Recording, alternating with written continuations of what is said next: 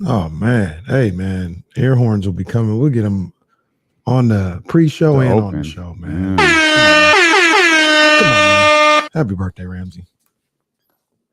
Well, actually, Ramsey, happy birthday. Well, actually, I wasn't born until 1:15 p.m. So technically, it's not my birthday. Oh, you guys talking about happy birthday? It's just the Wednesday. If you really want to have a birthday, you should have watched that rugby match that was on last night.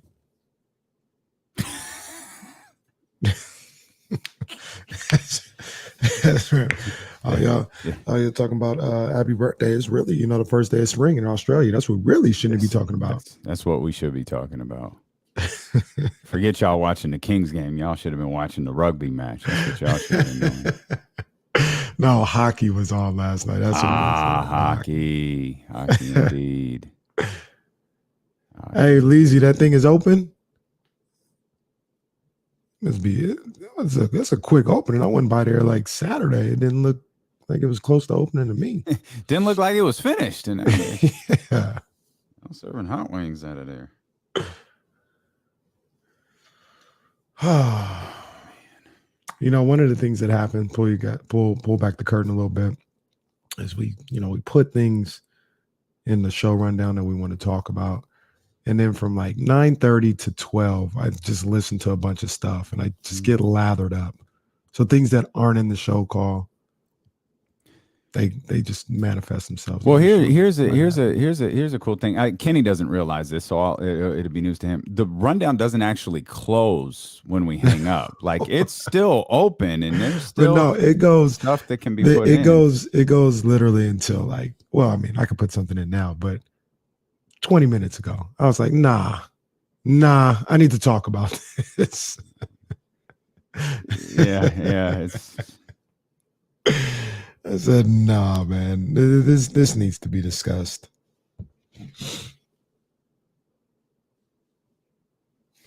Funny, man.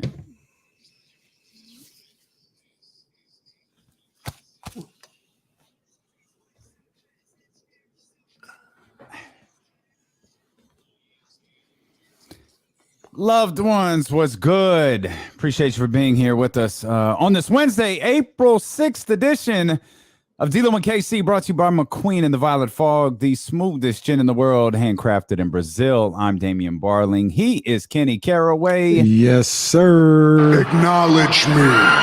And again, we appreciate you so much for being with us. James Ham will be with us in the final hour of the show as the home portion of the Sacramento Kings schedule came to a conclusion last night. But before we get there, we got a rep for one of our day ones. Yes, well, actually, it's Ramsey's birthday. Well, actually. So shout out to Ramsey, who is always telling us what we should be doing and everything that we've done wrong. But he is here with us every single day, been with us since every single day. Been with us since day one is what I was trying to say if I knew how to speak. And I know he's approaching his happiest time of the year, not because today is his birthday, but because tomorrow is opening day. Happiest time of the year for him. Baseball starts and Stanley Cup playoffs start. It's Stanley Cup. I mean, I'm sure he's watching like some random cricket channel somewhere in which I don't know why you guys keep talking about the Kings. That was a crazy cricket match last night that y'all could be talking about. Man, y'all ain't there. Like, come on, man. Ramsey, hey, well, Ramsey for the culture, so he's repping for us over there in hockey and always. The lacrosse match or something that he was watching the other day. He's the only dude to watch more sports than you. I can say that. I can absolutely say that because he got me on the hockey. I think me and Ramsey, we watch pretty much the same thing, but he goes to hockey, then he goes to golf. I think he watched a little NASCAR. I'm out on that. I'm not. That's not my bag. Drake Barr is at youtube.com/ESPN 1320. He's saying today is my daughter's birthday. She's always telling me what to do and saying nonsense. Ramsey's his daughter. That's crazy. Like that's amazing. We're drawing the family tree here lines with everyone in the chatty house. Happy birthday to Drake Barr's daughter. Everybody gets air horns here on this Wednesday, except, of course, for the Kings. Davion can have air horns. Damian Jones could have air horns. Oh, Damian, Tim Duncan Jones. Yeah. We'll get to that. But can we? Davion Mitchell did not need to get on the microphone and say, "Hey, we appreciate y'all. We're going to work hard. We're going to be better next year. We're going to make you proud." You know what? How about Vivek does that? Why don't you hand the mic to Vivek and say, "Hey, my bad. We're going to get this right. We're going to get off and running next season." You got Davion going out there. Ain't nobody questioning how hard Davion's working. Well, I don't like that. I didn't like that. Well, here's what, and I actually saw a couple people be critical of that. I was a little surprised because in my memory, in my eyes, that's just the owner don't come out and say that. No, ever. They don't. I know that. It's the player who always comes out and says, hey, this is NBA 2.0. Step out there, do something different. I mean, I would love to hear Vivek say something. I would, but I mean, I didn't have that much of a problem. I didn't have that big of a problem. I just, like, of all of the people who say we're going to get out there and work and make you proud, Davion's the last one on the planet I'm concerned about. No, absolutely, but like he's I guess you could say Harrison, but Davion with this Harrison's like, yo, I'm tired of doing this. Give it to the kid. I'm tired of doing this. I'm tired of having to address fans every single time something goes wrong. You have somebody else to do it. Put Damian Jones out there. Right. Put Mo Harkless out there. Damian Duncan. That's who. Man. Good luck leaving him off the all 75 list with performances like that. Hey, Damian Jones way better than Draymond Green. Ain't no lie. At least right now, it sure looked like that. It sure looked like that. But yeah, our guy Maypon, I think that's how you say his name. He's right. Vivek that would have been a Joe Lacob moment if Vivek got on the mic. Mm-hmm. And I mean, I'm not here to say that shouldn't have happened or anything like that. It's just avoid it altogether and put Davion out there. That's fine. Maybe we need a Joe Lacob moment though. Maybe it seemed to work out okay for the Warriors. Just a little bit. But that goes into what I was talking about before the show. That it's just bubbled up in me. It just bubbled up. I'm turned all the way up. Damian, Jesse, Chatty House, Kings fans everywhere. This has to end. Like this has to stop. 16 years. This has to stop. And what I mean by that, I'm going to tell you right now, all the pro tankers and build it up the right way and all this other stuff. I understand what you're saying. I'm not sitting here saying you're wrong. But you got to get the stink off this team. Even if that means you get everything that you can and that you need to for one. If you turn into Minnesota, like old Minnesota, where 1 year you get in and then you're back to being a number one pick or whatever the case may be a couple times over, fine. But you got to get the stink off this team. You got to get this streak over with by any damn means necessary. If that means mortgaging your future, all that other stuff, 2-3 draft picks, whatever. Wow. You got to get the stink off this team. You have to. Like, you have to. I don't want to hear about financially responsible. I don't want to hear about draft picks. Get the stink off this team and off this fan base. This is embarrassing. This really is embarrassing. 16 years. If it's losing seasons in 16 out of 17 years and we go on 18 out, fine. But don't have them with 16 straight seasons, 17 straight seasons. That can't happen. That cannot happen. Huh. Well, that's interesting.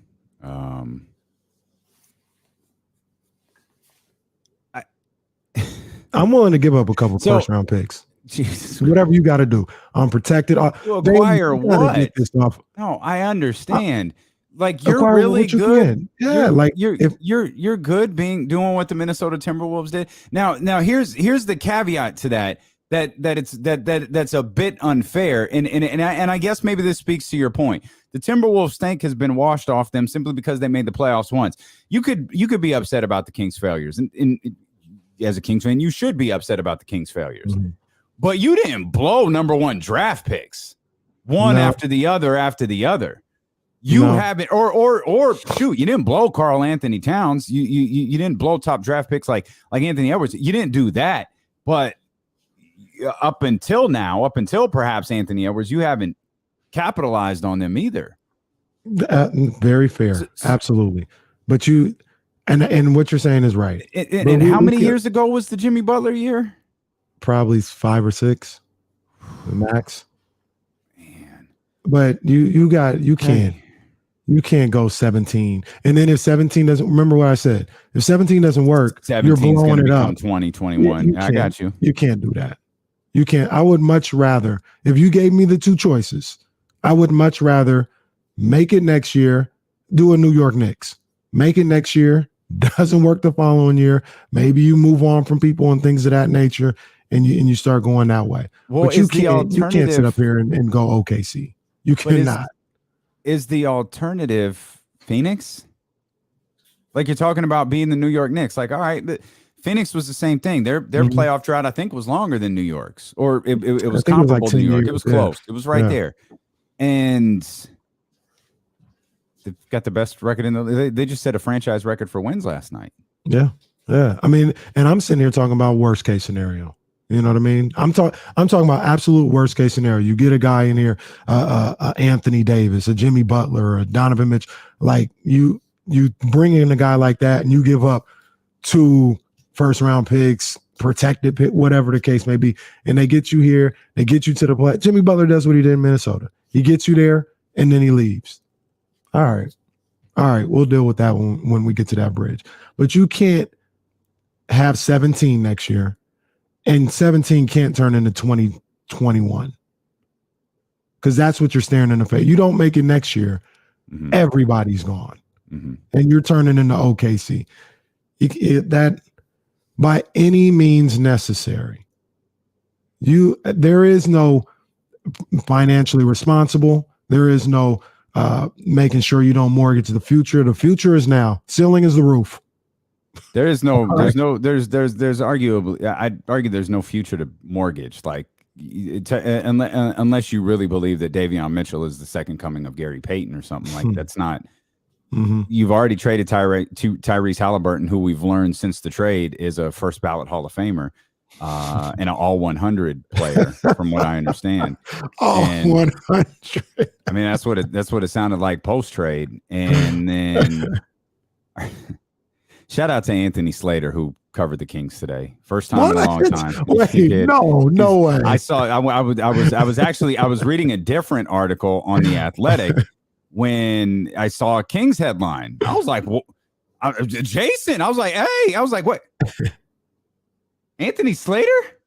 Anthony Slater wrote about the Kings? Okay, click. And I read it. And boy, you talk about paint with a broad brush. Anthony Slater ain't been the same since he appeared on D-Lo and Casey. Maybe that's why Chris Haynes doesn't return our text. He's like, hey, man, I know what happens when going on that show. Everything changes. I don't think Anthony Slater has written about the Kings since he was on D-Lo and Casey. Like, he was one and done. He was in and out. He was like, I'm going to put my toe in the water and I'm getting out of here. He figured out last home game of the season, I'll write something about him. And it wasn't a blurb. It wasn't a Dave McMenamin joint where it was two sentences for ESPN. He wrote a piece on them. You know, he brings up Halliburton, and I'll give him credit for this. He did say it's too early to, truly judge what that trade was. I thought he was a little unfair to De'Aaron Fox, because he pointed out De'Aaron's, and he prefaces, he pointed it out. He said, before the trade, De'Aaron gave his percentage from 3, his points per game, and all of that stuff. And I'm reading, and it's like, that's fair. It's a perfectly fair criticism.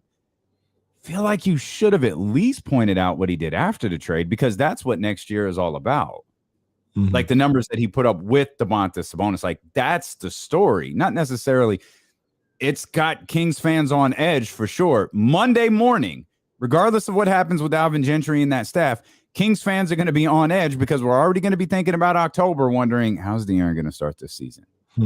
What shoe is going to drop? Like, we're just trained to know, something ill going to happen. It's just the way it works. Don't drive down this street. That's a bad neighborhood.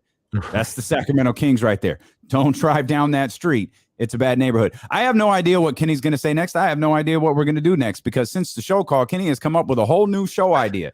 So Kenny will take us in the direction he wants to go when we return. I know there's a lot of things to talk about. I know the sports universe came together to make fun of the Lakers for missing the playoffs. We'll talk about that. There are some pluses coming out of last night's game, as meaningless as it was. And yes, it was meaningless.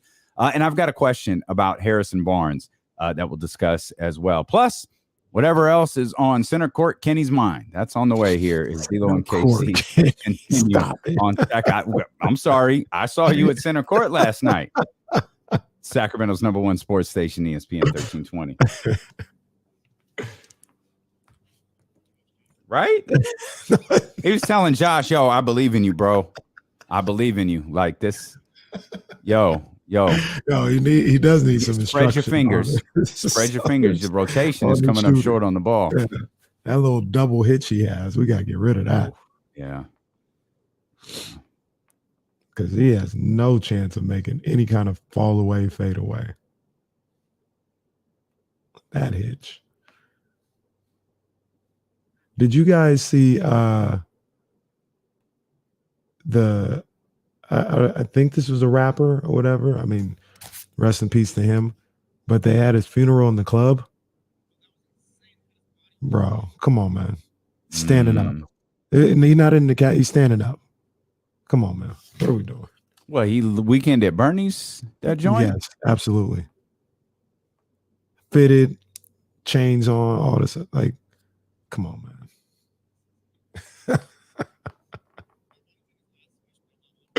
No, I'm not.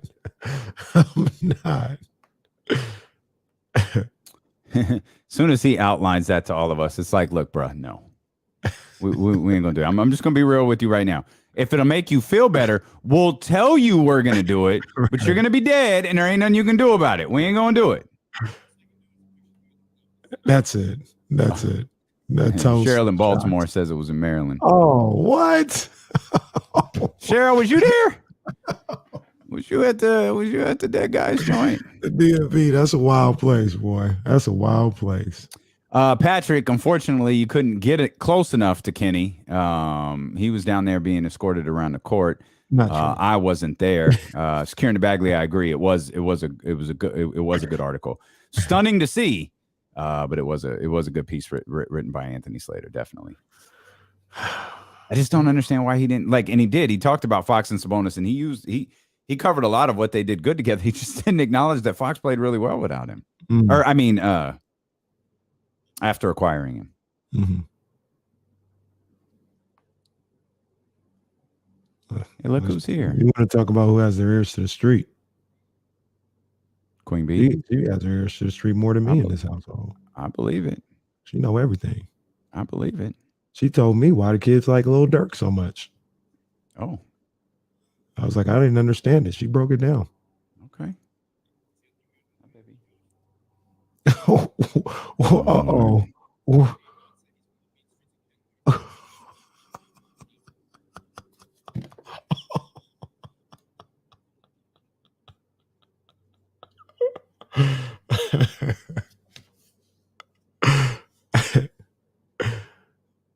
Oh man, Cole, I'm not even gonna say it. That's a Jazzy 510 exclusive. She knows where's the street. Miss this. And the largest grossing commerce facilitator in the history of WrestleMania, who was on top, Roman Reigns. And the largest grossing commerce facilitator in the history of WrestleMania. I love that. God mode. Oh, yeah. Not even close. Yeah. Not even close. Who's number 2? Is it the Brain? The Brain. Yeah. The Brain was pretty damn. Yeah. Oh no, the brain was Paul is a game changer. He is I'm not going to Brock is Brock because of Roman, because of Paul, and I'd argue that I can't argue. Roman is Roman. I mean, don't forget he ran with Punk. Like his list isn't. He doesn't have Haku or who he had the Brooklyn Brawler. He doesn't have those guys. Oh, cool. But he had Curtis Axel. Paul Hyman did have Curtis Axel. Well, even LeBron misses the playoffs every now and then. Well, I mean, I'd argue Curtis Axel had it. It just first match out, Triple H just fucking buried him. It was like, all right, that's cool. That was fun while it lasted. Mr. Perfect's kid. Triple H walked to the back and said, "Now that's perfect." How many guys has Triple H buried over the last like 15 years? It's gotta be a lot. Oh, good luck with that. Yeah, we'll need that. It's stunning Steve Austin.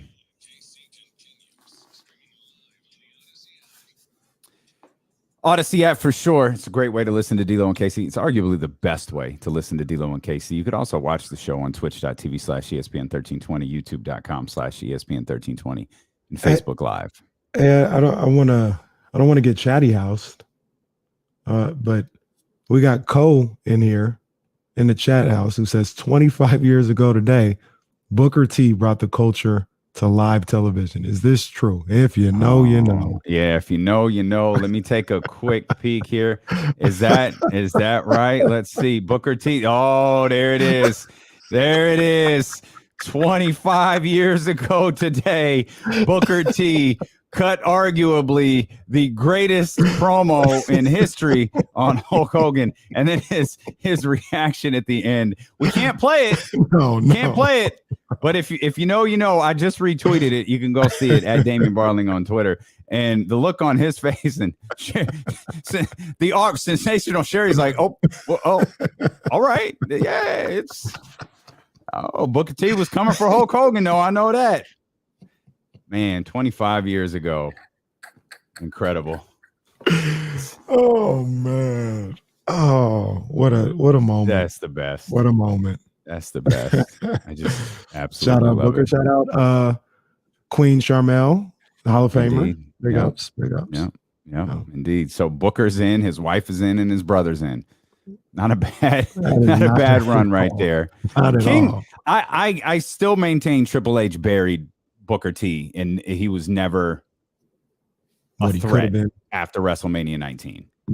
But King Booker was really, really good. Like that showed his range. Like he was really, really good in that role. It was very, very funny because King of the Ring is so useless and so meaningless. He made it a character and made it funny. And like everybody else, it seems like has tried to do the same thing since then. They hadn't been able really to do it. Poor what's the King right now? I forgot. I'm drawing a blank. It's the New Day. Xavier's the King. Xavier okay. Rhodes, yeah. No, Xavier Woods. Xavier Woods. What did I say? Rhodes? Isn't that a defensive back? Don't play for the Dolphins. Kenny's still thinking about the cornerback position out in San Francisco. Like Xavier Rhodes would be good. The kid from the New Day. He'd be awesome. Crickets over there. Yeah. 49ers still ain't done nothing, huh? No, not done nothing. Queen Zelina's pretty cool though. They're doing something with that. They're trying. Okay. All right. Carmella. They're a little angle. Carmella's funny. She's funny. I get a kick out of her. Okay. I'm glad you do. Is there anything else you want to spring on us as the show gets underway? You want to you No, man.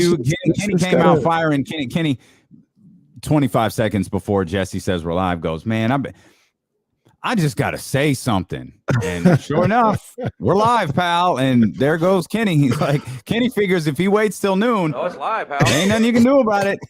Ain't nothing you can do about it. Don't matter that we didn't talk about this 2 hours ago. Don't matter that there's not a trace to this. Y'all want an organic show? All that time, I be getting lathered up. It wasn't on my mind at 9 o'clock. You're going to have to move the show call to 11:45. At 11:45, I was like, man, I've been hearing a lot of things, man. And this is unacceptable. This is unacceptable. For those who have just tuned in, Kenny wants to risk it all to make the playoffs next year. Doesn't care what it is. He is going to shoot his shot. At the very least, like man. Jeff Bezos' wife did with Leonardo DiCaprio the other night. Man. Oh man. That All was the a money in wild the world video. couldn't save him from that. Apparently, how good looking is Leonardo DiCaprio? We now know. We now know the cost of it. She was literally willing to walk away from the richest dude on the planet. That's crazy. That all the money in the Leo's world, like, fellas, yep. it don't matter. I gotta go. He's got enough money to make even me disappear. I gotta go. I'll call you later. That was a wild scene right there. Mm-hmm. That was a wild scene. Kenny wants to risk it all for the Kings to get to the playoffs. Like you gotta get. I don't want to say more importantly, but just as importantly, you got to get the stink off this fan base. You know, I was out there last night, and came across a lot of Josh Jackson before the game, right? No, man, no. That's what it looked like. I don't know. Jesse, did you see it?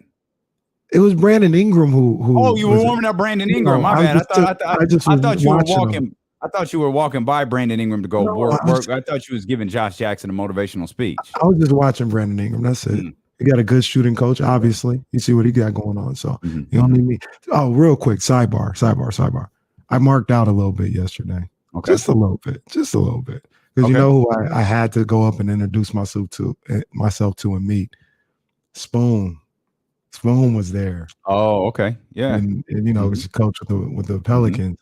And she was talking to Lindsay, and I was like, yo, sorry, guy, I got to come up and say hi to you guys, man. Come on, man. We talking about Teresa Witherspoon. We talking about Lindsay Harden. Come on, man. That's all I wanted to do. I just want to introduce myself, say hi, because y'all big time.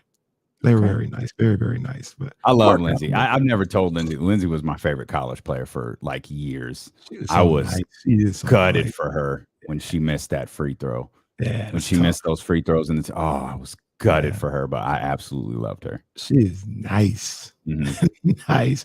And then Teaspoon, come on, man. And I bet at Kenny Stack she could still go. Oh, for sure, she can still go. One of those Kings videos, little shorts. They don't get into a whole lot, but you just see the way she still handles the rock and all this other. It's all it's still there for sure. So, that was pretty cool. But just going around, seeing people and talking to people, fans, people that work there, everything. It was just sad because nobody was like angry, so to speak. Everybody just like, man, for real? You know what I'm saying? Like, it wasn't even anger in there. It was just like, again, season ends again like this. Like, we can't even make it. Come on. And that's one of the perhaps the most frustrating thing of all of this is we're just so conditioned to losing. And you almost become accepting of it because the other alternative, like, what are you going to do? Be angry? I'm going to walk around angry because the Sacramento Kings stink. I'm going to walk around angry because it makes they're coming to an end. Like, you're still going to get a ton of Kings coverage here. But only when it's warranted. We ain't going to sit around breaking down Davion's Instagram workout, on a night-to-night basis or on a day-to-day basis. We've got other things to cover. We got the NBA. We'll have, the NFL draft coming up. There'll be a variety of things to cover, man. But you have to just accept this is the way it is with this organization and this franchise, because if you try to do it any other way, you're just going to wind up frustrated and you'll be walking around angry for the next 6 months. Right. But even then, because Andrew Sterling in the chat, he says apathy. Like, it wasn't even because what I deem from apathy is people don't care. Yeah. And I don't agree with that either. And they're just like, for real, like sad, like, come on, man. And that's where kind of like, as I picked all this up, that's where it came from. I think a lot, like, I know, and I'm not saying they're wrong or this is the way to go. I know there are plenty of people who are like, no, you build through the draft, you build it up, tear down all this other stuff. Like, I get that. I'm not here to argue with you and say that you're wrong, but there are a lot of people, and I think I will fall into that is right now, just give me one postseason. And I'll figure it out after that. If you want to tear it down after that and do and build it the right way and all this, give me 1996 again. How about that? Give me 96. Well, see, you know what I'm saying? Yeah. Just give me. And a lot of people I came across, they're like, man, how has this happened every year? There have only been 8 winning seasons in this franchise's history. Yeah. Come on, man. Yeah. It's what we know. But here's the other thing. If circumstances exactly the same in terms of the Western Conference, but the Kings are in fact 3 games better. Right? We can pick OKC, Detroit. It's really easy to pull 3 games out of our butt without the team actually improving and just saying, okay, these go the other way. And the Kings make the play-in. Is that like you feel better about that? You feel better about where this team is at?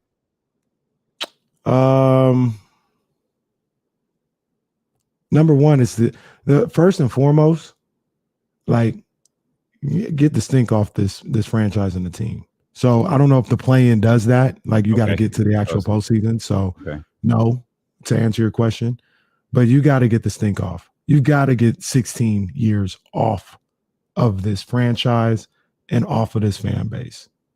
You have to. And then you figure everything else out after that. And our guy, Steven, look, he said, that's dumb, KC.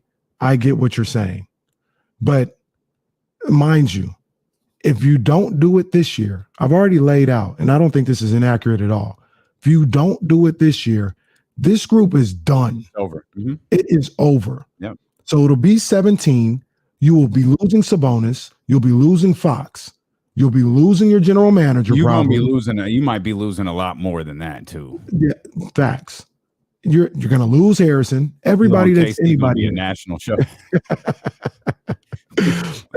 Everybody that's anybody is gone in this organization, and you're starting from scratch. So don't say it's 17 and then maybe if they draft right, they can build it. No, you're OKC right now, who put out my main man, what was his name? Xavier from Michigan.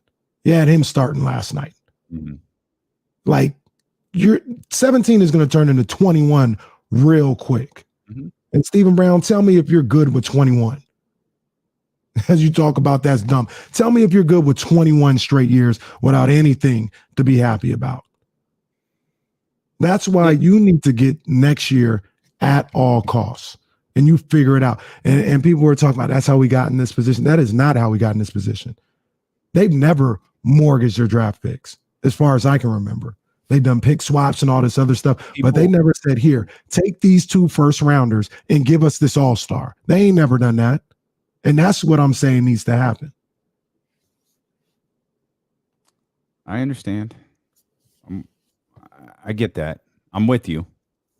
I'm with you in that regard. I think the most important part to recognize is if it doesn't end next year, it doesn't end anytime soon. Thank you. Next year is the definitive end of all of this.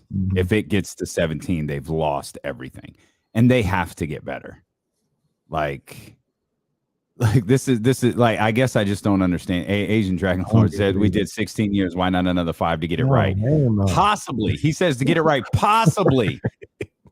Right. All I'll ask, like, name one team that did that. Like, it doesn't exist. Y'all ride with the Philadelphia thing. Okay, you get to the playoffs regularly. You're disappointed because you think you should be a championship team. That's fine. If y'all want to ride with that, y'all ride with it. It's cool. There has to be what I think we all have to hope for is Sabonis being that guy who shifts things.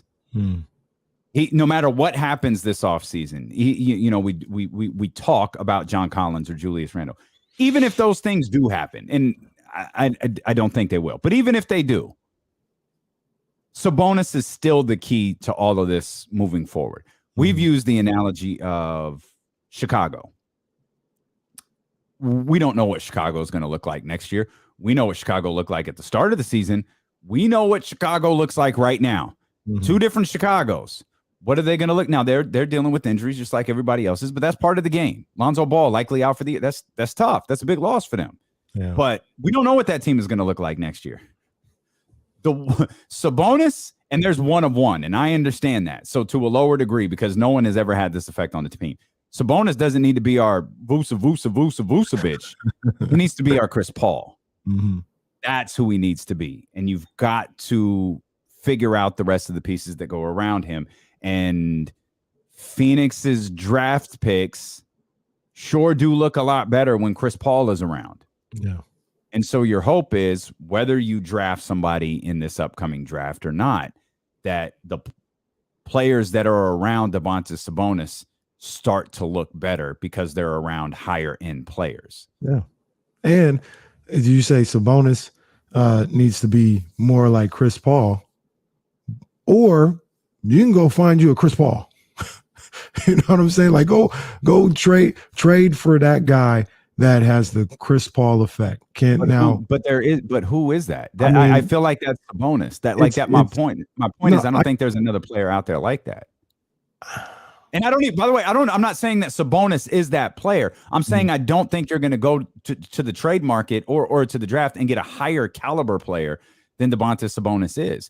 People could talk about Devin Booker and all this they want to. Chris Paul is the best player on that team. Yeah. Devin Booker was a disappointing scorer in the league. We've got to get Devin Booker out of Phoenix until Chris Paul got there. Now there are people writing think pieces about Devin Booker being the MVP because apparently they're not watching the rest of the league. To steal a line from center court Kenny, Chris Paul is the straw that stirs the drink there in Phoenix. Absolutely. And that's just a bunch of separated ingredients if Chris Paul isn't there. I feel you. I don't know. Like, I feel like Sabonis is like, I don't feel like there's a higher caliber player out there for the Kings to go get than Domantas Sabonis. I'm making a bunch of calls, and even the pipe dreams. Utah. To Phoenix Donovan, for Chris Paul? Utah. Okay. Donovan, what do you want? What you want? What do you want? De'Aaron. I'm gonna tell you right now, De'Aaron and Sabonis are not on the table. Other than that, what do you want? If there's nothing, then we'll hang up. We'll finish the conversation. But let it be known, everything, draft picks, we're the Sacramento Kings, this year's, Davion, Harrison, it's all there for you. What do you want? What do you want? Asking that. Miami, what do you want? What do you want? Hell, for who? Jimmy. I've heard rumblings. I've heard different. It's not just me. I've heard. I don't know if it's going to happen. Okay. I don't know. I'm not saying put my money on it that it's happening. But look, if I'm Monty, hey, I've heard some stuff about Jimmy. Is it true? Are you guys thinking about that? Because if you are, Sabonis and Fox are off. But what do you want? Well, like, Monty, how bad do you want it to be true? Everybody want to send Sabonis over here? No. Did you hear what I said, Pat? Do I have to treat you like Chick Hearn? Open hand, close hand. Open hand, close hand, Pat. Hey, Monty, my job isn't on the line, pal. You want to come over and see my trophy case? Call back when you learn some respect. Click. See you on the unemployment line, clown. You must be crazy. You must be crazy. Oh, I'm Pat Riley. You gonna call and talk to me like that? Fam, you've been watching too many episodes of Winning Time. Get your ass out of here. Hey, open crazy. Hand, close hand, Pat. That's right. Open. That's right. My hand closes, your mouth goes shut. Now we know where Miz got it from. Man. So look, okay, fine. Goodbye. Presty, you love picks so much. What's up? SGA? What's up? What's up? You love picks. What you want for SGA? I'm scouring the league. And I'm trying to find another guy. Because I need, even if it don't work, like it may not work, but it's not going to be because, we could have made that deal, but that would have really hamstrung us for future picks. And ain't nobody trying to hear that right now. We getting teased about 16 years on a daily basis. We talking about playoff droughts, being able to drink almost, and driver's license and all this other stuff. Get that stink off. Get it off, and we'll figure out everything after that. Playoff drought about to enroll in the Army just to get away from it. Hey, man, I'm going to go. Playoff drought, like, I'm going to go be all I can be, man, because I can't do this no more. Even the playoff drought's about to leave Sacramento. I can't do it. I'm going to basic training. I'm going to basic training. I'm going to an HBCU out in Atlanta, man. Get me out of here. Get me out of here. No, I'm fine with that. You got to get creative. Maybe it's Randall and Collins, and they don't cost that much. But I'm just saying. What if? The Jimmy thing just is not happening. But because I like the idea of Pat Riley doing it, I'm Pat Riley, and I call say, hey, Monty, I know you're searching. I got you. Let's do something. But I'll trade you, Jimmy. I want your pick. And Rashawn, blah, blah, blah, blah, blah. We'll fill it out. The catch is you're sending the pick before the lottery. Well, I mean, I understand what you're saying, but that's almost impossible unless Miami gets bounced in the first round.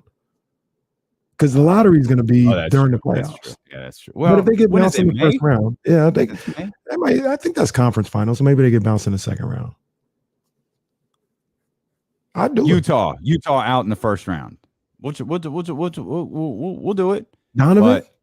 Yeah, we'll do it. Hell yeah. Take the pick. I'd do it if it was Donovan too. Yeah, here you could have it. Number one pick, cool. All yours.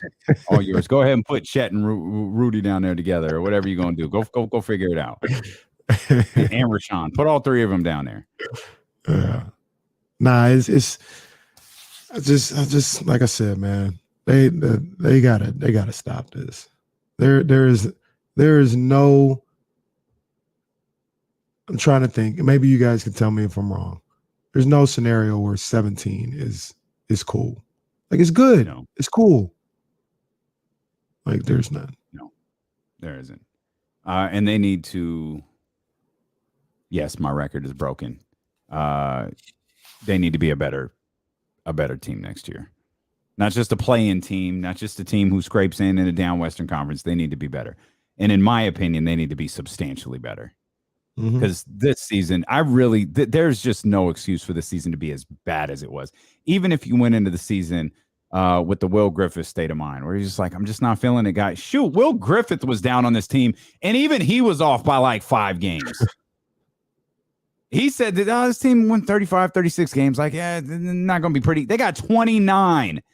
Even the people who thought they would be bad were wrong because they're actually worse. Right. Like there's just no excuse at all for this team being this bad. We could talk, and we did extensively yesterday, talk about the things that Monty had done, talking about the lack of the De'Aaron Fox we need at the start of the season, all these different things. None of that is a good enough excuse for why this team was as bad as they were. None. And that's why, as we outlined yesterday, the blame starts and it spreads, but starts with Monty McNair. Yeah, absolutely. And it's on him to fix this thing first and foremost. Then once he's done his job, then it's up to those guys on the court once training camp and the season starts to execute. Is there a scenario where a top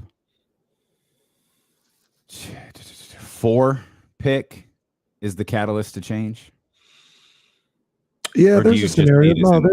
There's a scenario. Yeah, I can believe. Like I don't think I like Chet. I'm not crazy about Chet, but I mean I like Jabari Smith and Paolo a little better than Chet. But Chet can go too. I don't know about his fit and what he's going to be in the league. But yeah, there's absolutely a way that top 4 pick can change things. Help time kills me. Okay. I wanted to make sure. I couldn't remember if Anthony Edwards was a first year or a second year player. He's a second year player. Looking at this, is arguably the most impactful rookie this year, Scotty Barnes. Yeah. And I'm not saying he's the best. I mean, Jalen, like those, Jalen Green is nasty. Evan Mobley. Okay. Evan Mobley. Those two though, Barnes and Mobley. I don't know if I mentioned Evan Mobley. I don't know if he's more impactful than Scotty Barnes. I guess that's up for debate. But those are the two that come to mind that have been game changers for their teams. I'm wondering if the Kings get lucky like they did many years ago. And this time decide to go against the grain and actually get the pick right if that's what shifts things for them. Like Dallas was headed towards a really unique situation with Dirk's career coming to a close, the inability to ever land a free agent. They got Luka.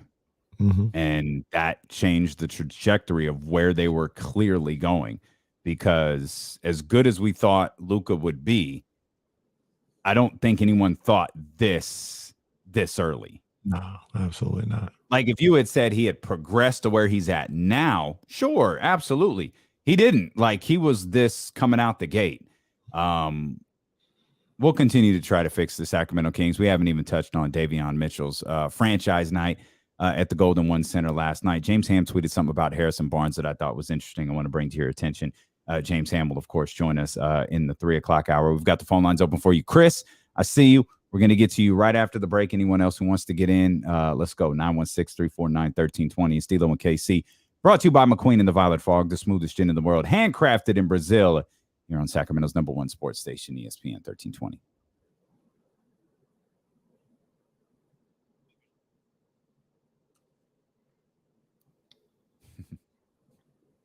I love Leezy. He's clearly never watched basketball outside of the Miami Heat, which is awesome.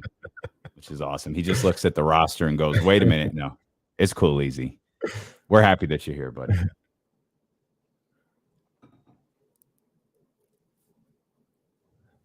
And didn't Darius Garland make the All-Star team? Yeah. Mm-hmm. Yeah. Oh man. Okay. Let's hear it. So I'm gonna repeat them here for the people who are listening. So Jesse made a list of everyone Triple H has buried over the last 10 years. CM Punk, Sting, then hold on, Jesse. Hang on. We got to repeat it for the stream. I'm gonna repeat it for the stream. So you said CM Punk, Dean Ambrose, and Sting. Yep. Entire 2016 Royal Rumble. Dolph Ziggler, Team SmackDown. At which Survivor Series? 16? 2017. Was that the end of the Authority one, or was that a different one? Oh, that's right. Okay, go ahead. The Undertaker twice. Wait, Dolph how did he again? bury the Undertaker? Oh yeah, never seen him before. Okay. Is it Dolph again? Because you mentioned Dolph. It's Dolph 2 times? Wow. Dolph 2 times. He did beat Brock Lesnar for no reason. Literally beat Brock Lesnar for no reason. Like, what is the purpose? The Dolph Ziggler one is interesting because I think Dolph could be a top tier talent. I think he has all the makings, but it's too late now. Like, it's not happening now. But I thought he was like they made Dolph Ziggler. They made Dolph, but you know what the difference between Shawn and Ziggler was? And I don't know if this was Ziggler's call or their call for Ziggler, but he'd go out and have a good match and be like, "I stole the show." Dude, who fucking cares? Like, if it doesn't make sense for your story, they literally had him be the guy the night Sting came out for the first time. He was the guy who ended the Authority for all of like a month or whatever it was. All he was like, "I did what I said I was going to do. I went out and stole the show." Dude, you're an idiot. Like, either you're an idiot or they book you to be an idiot. But either way, this is why I can't take you seriously. Because you think people, you think people like actually care about the great wrestling match. No, dude, they care about the story. And if you can't tell a story, you're useless. Yeah. What was it? What was the Golden One Center match? Was that the Miz? Was it Dolph and the Miz at the first wrestling event at the Golden One Center? I can't remember the pay-per-view, but I remember they put John Cena and AJ Styles on first because WWE is idiots, and they were like, the presidential debate is going to be on. Yeah. Wow. It was a Hillary Trump presidential debate. So they wouldn't acknowledge it's why they did it, but they put Cena and AJ first. And I think it was Ziggler and the Miz last, and it was phenomenal. It was that was Dolph at his best, but they kept doing this stupid, "I'm going to put on the best match." Cool, dude. Awesome. Go do that. You know who else could wrestle really good? Barry Horowitz. Barry Horowitz was a good wrestler. That's why they kept him around so long. They've kept you around so long because you're a good wrestler, and they've thrown you down to NXT to get good matches out of wrestlers who are trying to figure out how to wrestle. But steal the show, bro. You got it. Yeah, I thought they could have done more with Dolph. Dude, he's so good. I don't even think that's him. I think that's the company that buried him. Mm. He was really, really good. And it didn't help that he had that big cash in. And then I think Del Rio like gave him a concussion or something. Oof. He jacked him up.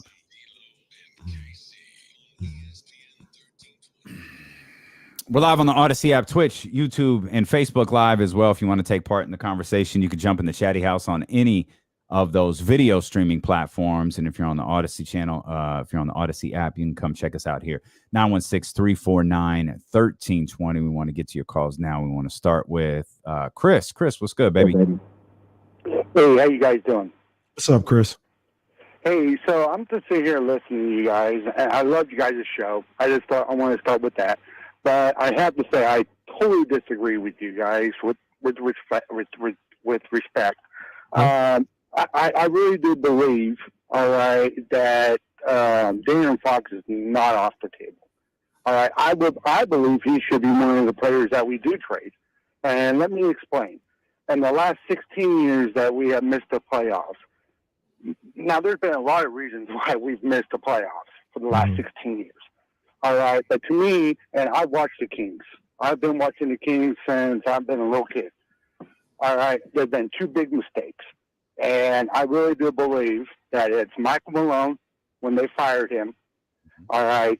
And we all know the other reason. Their defense. Their defense is horrible. It's not where I thought you were going. Well, I mean, but we know. I mean, they've never been like top 5 offense, but they've been good enough offensively, okay?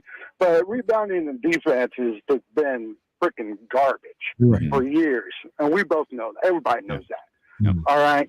So if you trade, like, let's just for example, if you trade Mitchell, like, he is our best defender.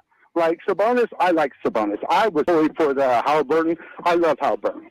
All right. Like, he was like one of the best like draft picks that we've had in the last 16 years. Like, we know like our draft history is not good. All right. So, like, I love Halliburton, you know, and it was hard to see him go, but, like, we got an all-star in return, you know what I'm saying? So I accepted that, even though a lot of people really disagreed with that. If you trade Mitchell, like, for example, like, where do we go defensively? Like, I just don't see that. Like, one, I definitely did not think you were going the defense route, and it's fair. You're not wrong at all. I just thought you might have mentioned the draft pick that we missed on. Yeah, that's where I thought it was going. I probably put that in. Probably put that in number 2. He goes, and the second one. Well, we all know what that is. Yeah. Oh.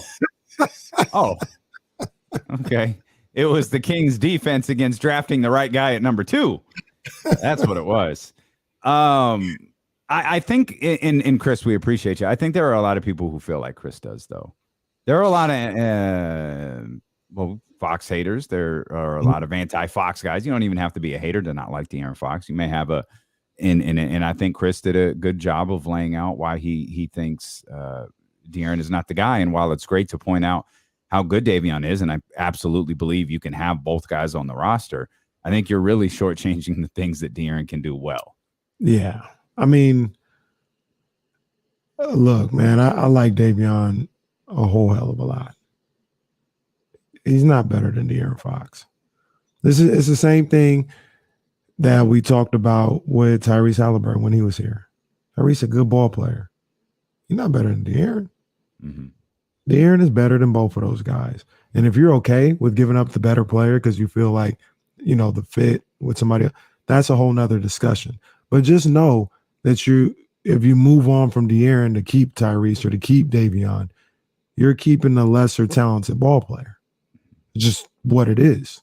So just be real with yourself there and make that decision if that's what you want to do. But yeah, Davion's not better than Fox. It's I got to also see a lot more from Davion to just like I'm really kind of surprised how many people are okay just like potentially giving him the keys. yeah, that's a bit crazy. I also I'm curious why people would still be so anti De'Aaron Fox when Tyrese is already gone. Like you're telling me you're good with getting rid of Tyrese and De'Aaron? Like if you wanted to make the argument for one or the other, like I'm okay with that. I still think De'Aaron is a better player than Tyrese Halliburton is right now. And Tyrese's whole entire mentality is going to have to change to be, the type of player that De'Aaron Fox is. And we've outlined a number of times in Tyrese's career how we're not confident that that's going to change. But still, now it's like, okay, Tyrese is gone. Great. Let's just get rid of De'Aaron and let's run things with Davion. I mean, I think Davion has a massive, massive role on this team next year that we'll talk about here shortly. Let's get the birthday boy in here real quick. Ramsey, what's happening, bro? Not too much. Much appreciated for the love. I was at the game last night. Probably going to Rivercast game tonight myself. But just speaking about the game last night, what frustrated me was watching the Kings get killed on the board by Jackson Hayes and Willie Hernan Gomez, and then there were people that that have been asking to see Neemias Queta play. He played last night. No disrespect to him, he's a project. He looked lost in translation in both stints that he was in. He just looked extremely lost. And for those that wanted to see him play, he needs more time. He needs that G League next season. Plus. Well, I could be wrong, Ramsey, and have fun at the River Cats game. I know that's how I'd want to spend my birthday. River Cats with a walk-off win last night. Okay. All right. Ramsey probably wishes he was there instead of the Kings game. But I think that's the point, though, Ramsey, when the season was clearly at the point that it was and people were talking about seeing Neemias Queta, it wasn't about, let's see Neemias Queta, we think he's so great. It was like, let's see Neemias Queta because he needs the minutes. And when, we pointed this out a couple of weeks ago when Queta got his first win, James was like, yeah, he looks like a player who hasn't played an NBA game in weeks. He was playing in the G League, different style of game. And then what did Alvin do the next game? He didn't play him. So the idea, I think I'm speaking for myself, but I think I can encapsulate the fan base here. It wasn't, let's see Neemias Queta, he's so great. It was like, let Neemias Queta get some minutes here so he can kind of get a better feel for an NBA game, and then the Kings can make an evaluation on what they're going to do with him next year. My assumption is he's going to be another two-way player next year, especially with Davion Jones playing the way that he has. Who knows how many suitors he'll have here in this offseason, but I think that was the whole idea. He's definitely 1,000% a project. Yeah. And the thing that I think about, and I think maybe even the Ramsey's point is, like with Queta, should he be with the NBA team right now? Like, is he better now that Holmes is gone and Sabonis is out? Yeah, right now, yes. But say you bring back those centers. Say Lynn is here, Davion Jones is here, Sabonis is here. I mean, Queta, there's no real reason outside of injury he should even be on the NBA. He's not better than Alex Len right now. And I don't think he will be better than him next year. So to the Ramsey's point is, this is a guy who, you've seen him. That's cool. And I played the next two games and everything too. But I don't think there's anything that suggests that he should be on the big team next year after seeing him. Unless he improves greatly. I'm really talking about how he is right now. He can improve in a major way. But I disagree. I disagree greatly. He can benefit a lot. No, I'm saying if he comes back the same player he is right now, there's no way he should be on the big league team. Are you saying he doesn't even warrant a two-way contract? No, I'm saying like getting minutes, like how people are asking for minutes right now. Like I don't know. Timelines are different. I don't think people are going play Queta. He's so good. They're like, F it, play Neemias Queta. Yeah, right. I see those as two really different things. What I'm saying though is opening night, like it's not going to be F it, just play anybody. It's going to be like, we need to play guys who are going to win. And he's not. I don't think he's going to be ready for that next year. We've seen. Yeah, I don't know if that.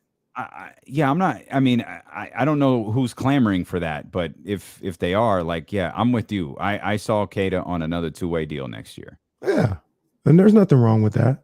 No, that's what the contract is for. You get time to practice with the Sacramento version of the Kings.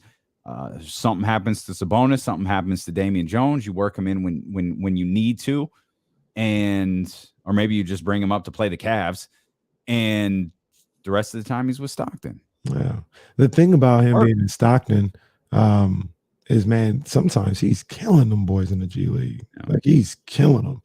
And so, what is that? Is it fool's gold? Is it beneficial? Like, what is it? That's what I was gonna say. Sometimes you don't know, like, is it even benefiting him? To be down there and playing with that level of guy. Is it preparing him the right way? I don't know. I don't watch enough G League to know, like, how that translates. But you know who does? Great in those moments. Deuce and Mo watch a lot of G League. They'll be with us tomorrow at 2. Nice. Confirmed. They'll be with us tomorrow at 2. So, yeah, I mean, I guess we'll bank this question for them and ask about Neemias Queta's future. I'm all for running him and Davion Jones a ton of minutes this weekend. Just let him get out there and get moving, because who knows what version of the Clippers is going to be out there, and perhaps more specifically, who I don't imagine a soul in sight of consequence is going to be out there for the Phoenix Suns on Sunday. No. So it's going to be, I don't even know if Campaign's going to play. That felt like a shot at Campaign. No, he's the backup. It still felt like a shot. I don't even know if Campaign is going to play. 916. You're listening to D'Lo and Casey on ESPN 1320 KIFM West Sacramento, KRXQ HD2 Sacramento, an Odyssey station and driven by last year's Elk Grove Dodge. 916-349-1320. Our man Troy on the line. Troy, what's going on? That's foul, Troy. It's a cold world, Troy. It's a cold world. Well, go ahead, Troy. Go ahead with your point. Yeah, I just want to say Kenny's always right. Yeah, right. let's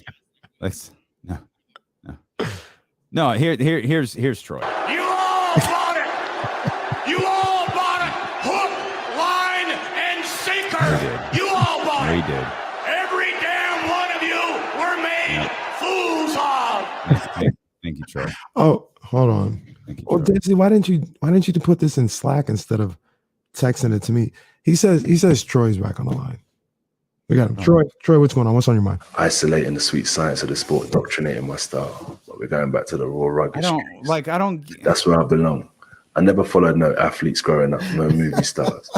I followed the hustlers, the Rayful Edmonds, Jeff Porce, the Nicky Barnes. I don't. It's like Kenny runs that bit for him and Jesse. That's my great. style. Thanks for calling in, Troy.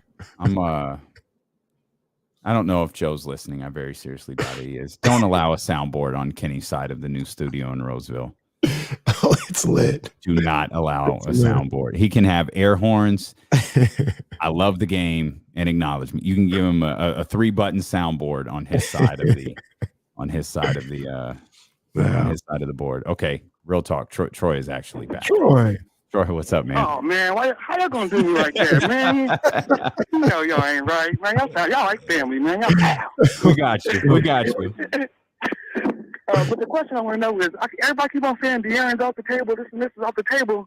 But if you put something better on that table, ain't we all supposed to be using? I think that's the problem with Sacramento. Yeah, no, I think you're right.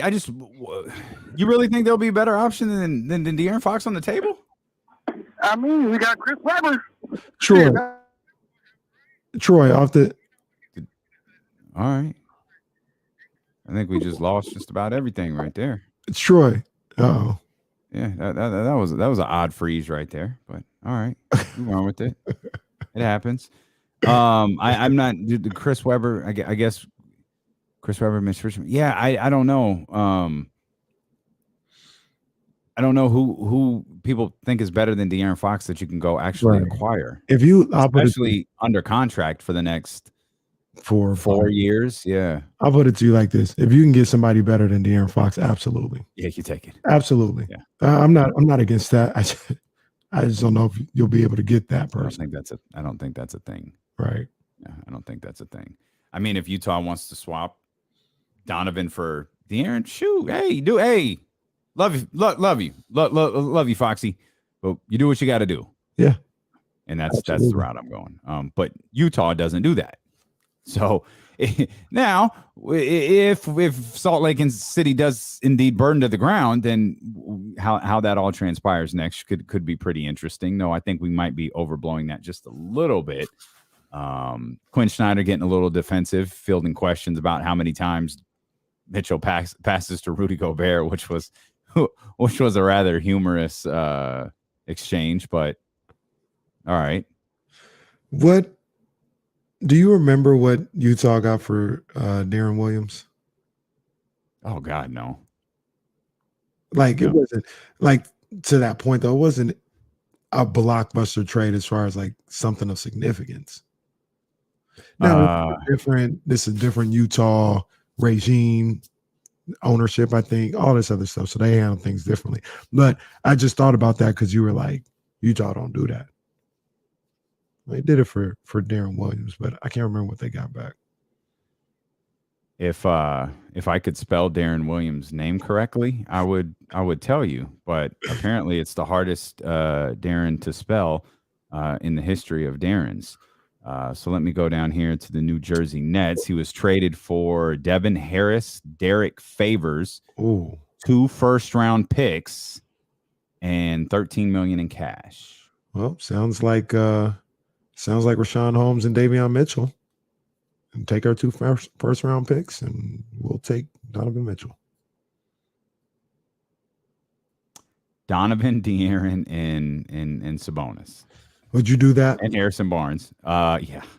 Yeah. Yes. Hell yeah. Yeah.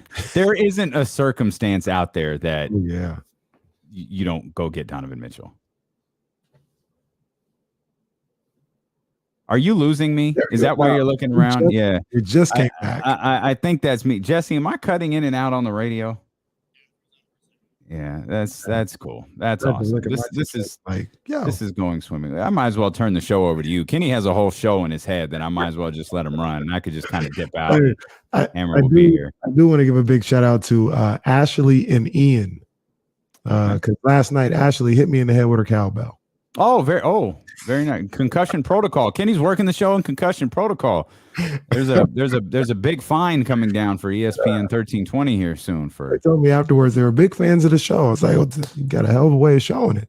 Yeah, well, with a cowbell. It happens. It happens. Man, Rashawn, Davion, and 2 first-round picks. I might even do that for Harrison. Let's go Harrison, Davion, and 2 first-round picks. No. You're creating another problem there. They can have Rashawn Holmes. You've got to trade Rashawn Holmes. They can have Rashawn Holmes. They could do that. You can have Rashawn Holmes, and they can have Davion, who's a rookie. They said no to that and said if you had Harrison, we'll do it. Stop going worst case scenario. We'll cross that bridge when we come to it. Kenny's the guy who goes into the meeting and negotiates against himself. No, Kenny, I say this all the time. Kenny had a $10 million offer coming from ESPN 1320 and negotiated it to 6. He was like, okay, worst case. He walked into the meeting. Okay, worst case scenario. Here's what I'll take. See, I tell you, and Joe was like, you got it, pal. You got it, buddy. Sign here. I tell you this all the time. Me and you, we're a team. We're talking before we go to the negotiation table. And I'm telling you where I'm willing to go. I'm not going to start there. But I'm telling you right now, hey, we're going to try Rashawn. All right, we're going to try that. If they say no, Damien, are you okay if we say Harris? That explains a lot. That explains why the number I was offered was substantially lower than Kenny and I talked about. Makes total sense now. Kenny went in there and said, look, this is the lowest we'll take. Joe was like, cool. I was going to give you twice as much as that, but if that's the lowest you'll take, you got it. Kenny, the general manager, it'd be 47 years since the Kings made the playoffs if Kenny was the general manager. No. Yeah, I mean, I get it. Yes, I do that too. And what Donovan got? too. What, like 3 years left? Mhm. Wow. Yeah, I do that too. And it kind of depends on what type of mode teams would be in as to what their preference would be. Because Harrison and James has pointed this out regularly is one of those guys who's going to expire. So you're acquiring Harrison at 18 for a year. And people have talked about like, oh, Harrison's going to be this at the trade deadline. He's going to be that at the trade deadline. The fact is Harrison's value here in terms of a trade could be very, very high this offseason. Because you have a team that wants to, you could have a team who thinks they're, you know, a steady vet away. And I'm not talking about a steady vet presence. I'm talking about a steady vet who can regularly get you numbers on the court, who doesn't have to be your first best player or your second best player, or perhaps even your third best player. But he's going to get out there, he's going to put in work, and he's going to do exactly what you want him to do. I think he's going to be more valuable to a team, a potential contending team or a mid-tier playoff team this offseason than he's ever been at the trade deadline. Because the thought is we could acquire him. If it works out, we have the ability to re-sign him next year. And he's with us the whole year, we have a firm sample size of what Harrison Barnes on our team looks like. If it doesn't work out, $18 million off the cap next year, he can sign wherever he wants to. No hard feelings. Everybody's happy. Completely agree. It was something. Oh, I forgot who it was. Sorry, I didn't keep the comment around in the chatty house, but somebody proposed this one. I don't know if it even happened. I just want to know if you would do it.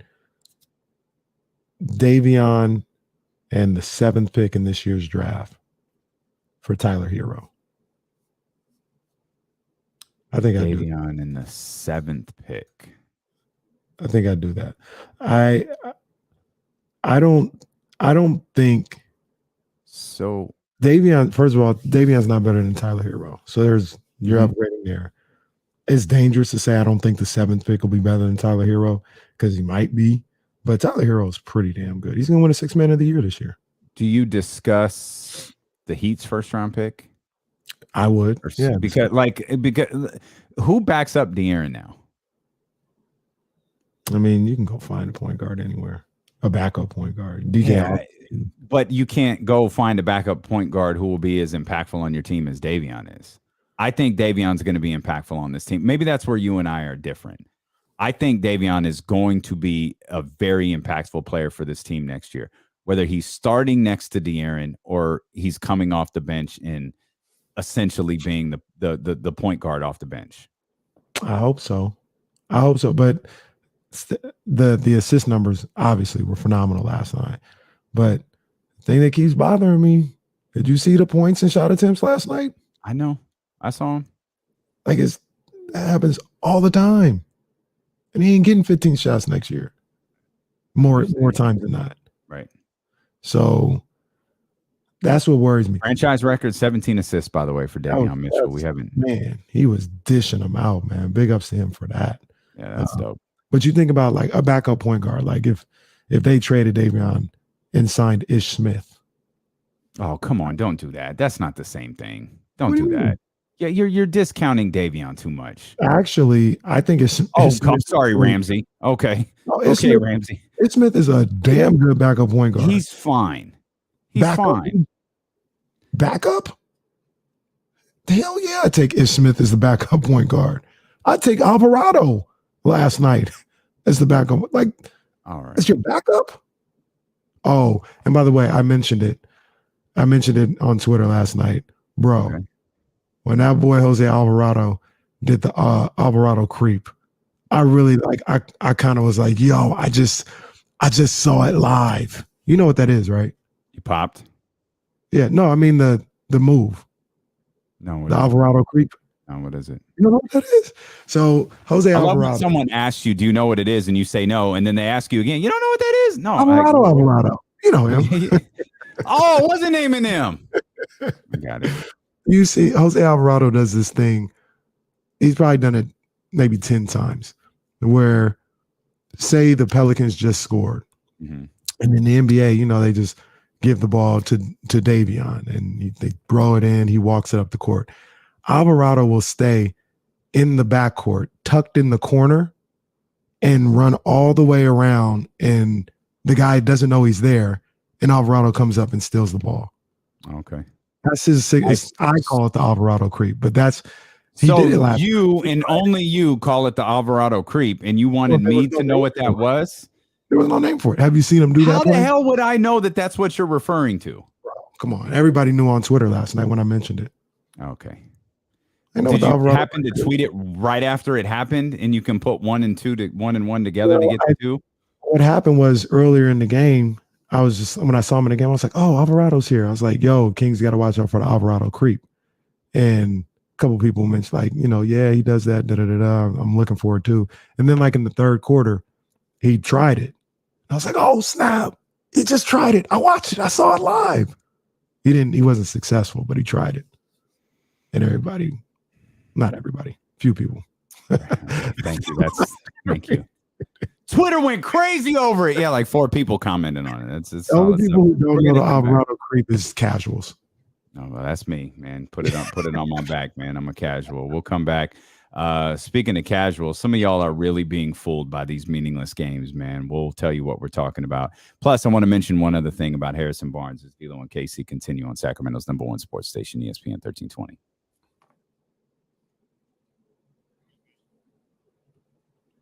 Is it?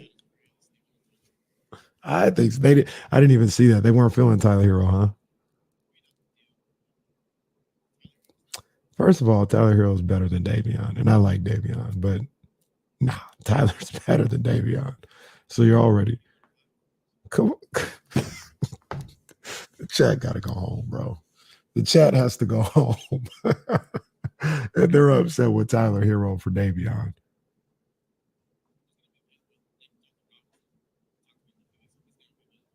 Yeah, you can get Duncan Robinson. Yeah, I love Duncan Robinson. Yes, boy can go. He can shoot. He feels the need. Absolutely. Oh my gosh, John. Who you mean the Kings? Come on, John. Come on, man. Come on. We gotta stop this. We gotta stop this. We gotta stop this. I didn't even know this was a thing. I was somewhere else, didn't see the comments. We gotta stop this. Davion for Hero, you wouldn't do it straight up? Come on,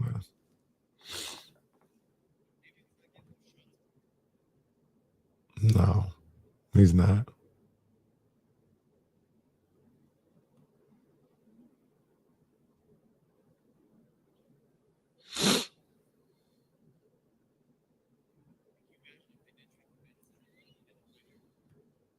Mm. Mm, mm, mm.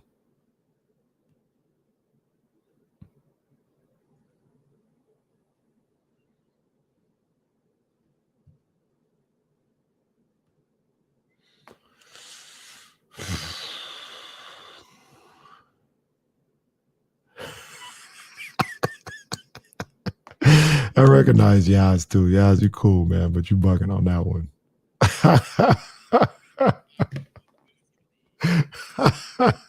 As Jesse said, Tyler Hero's putting up 21-5-4 on the best team in the Eastern Conference. We're like, I wouldn't trade him straight up for Davion. Come on, man.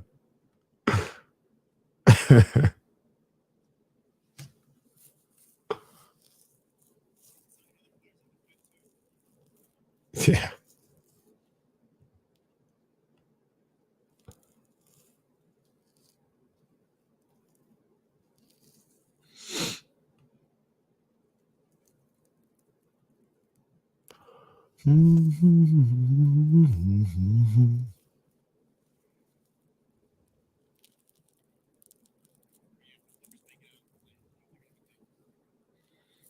And Kawhi come back too.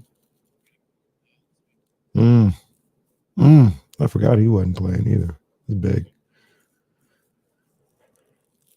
Hey, Dr. David, I know, I know a couple good ones. I'm just trying to like figure out if there's any that I'm missing. And I wasn't buying shoes. I just I got things going on. I got thoughts going on in my head right now. So crowdsourcing, I heard that works.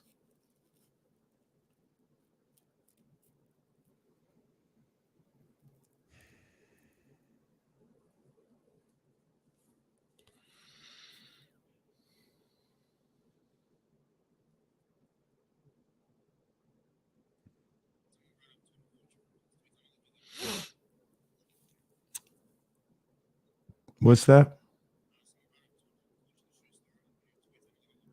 Where is that at? Okay.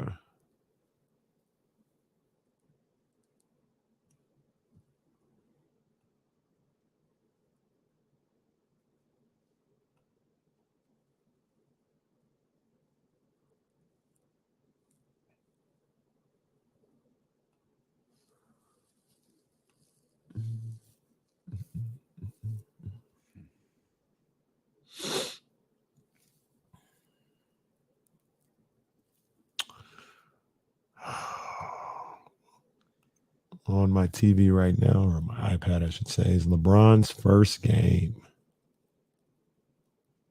Gerald Wallace at the line. Who's that? Tony Massenberg?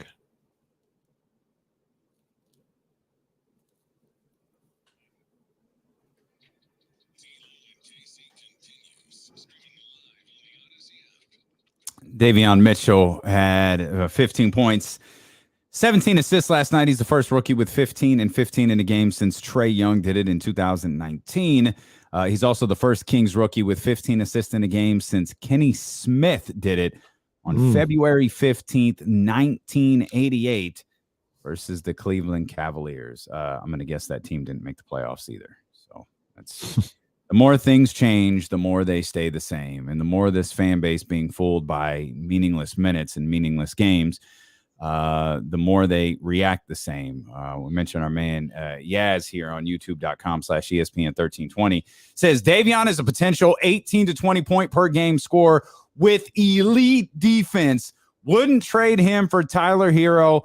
Hell nah. I disagree, yes. Man, a potential 18 to 20 point game per score is rich when you're talking about De'Aaron Fox and Domantas Sabonis being back. Like, that is a hell of a statement to make. I'd love to see him get there. By the way, Tyler Hero 21-5-4. 21-5-4 right now on the best team in the East. So, but no doubt. Go ahead. Hold on to it. Like, let's totally ignore like the rest of the season. Let's focus on the 8 games that De'Aaron was out, and let's focus on the 8 games that De'Aaron was out with Tyrese Halliburton, and let's focus on the games that De'Aaron and Sabonis missed together, and look at that as that's Davion Mitchell and not the guy who played the other 60 some odd games this season. Why did they make us do this? Why did they make us do this? Because then you got John Paul. Is Davion like Marcus Smart but better on offense? What? Oh my god, dude! Oh my god!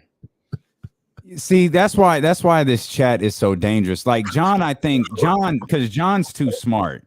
John Pauls is too smart. I think he types dumb stuff to get you to respond to it. And you fall for John every time because there is no way any sensible human being who watches professional basketball equates Davion Mitchell to Marcus Smart. Marcus Smart is certified. Marcus Smart might be the God-blessing defensive player of the year. I'm sorry. That is not Davion Mitchell. Davion is solid, but y'all get warped by these meaningless, worth-nothing games. Look at when the season mattered. We talk about De'Aaron Fox. We talk about some of these other players. How come y'all don't get hot at Davion for doing this during the season? Y'all get hot when guys do something. Oh, it's too late. Oh, De'Aaron's scoring 30 points per game. It's too late now. But y'all are just falling all sorts of in love for Davion Mitchell because of the way he's playing now when it's even more meaningless. Y'all got to be smart. What are y'all doing? Come on, man. We got to be smarter than that. Look, Smoothie's scared. She's tired of me yelling about it. She's leaving the room. She's leaving the room. Hang on. She knocked the light over, man. You got to go without me. He says, I'm out of here. I mean, and this is what I say, you guys, I like Davion Mitchell a lot. We just think we don't have to jump out the window. Are you trading him for just any old body? Absolutely not. Davion is a good ball player. I love his game.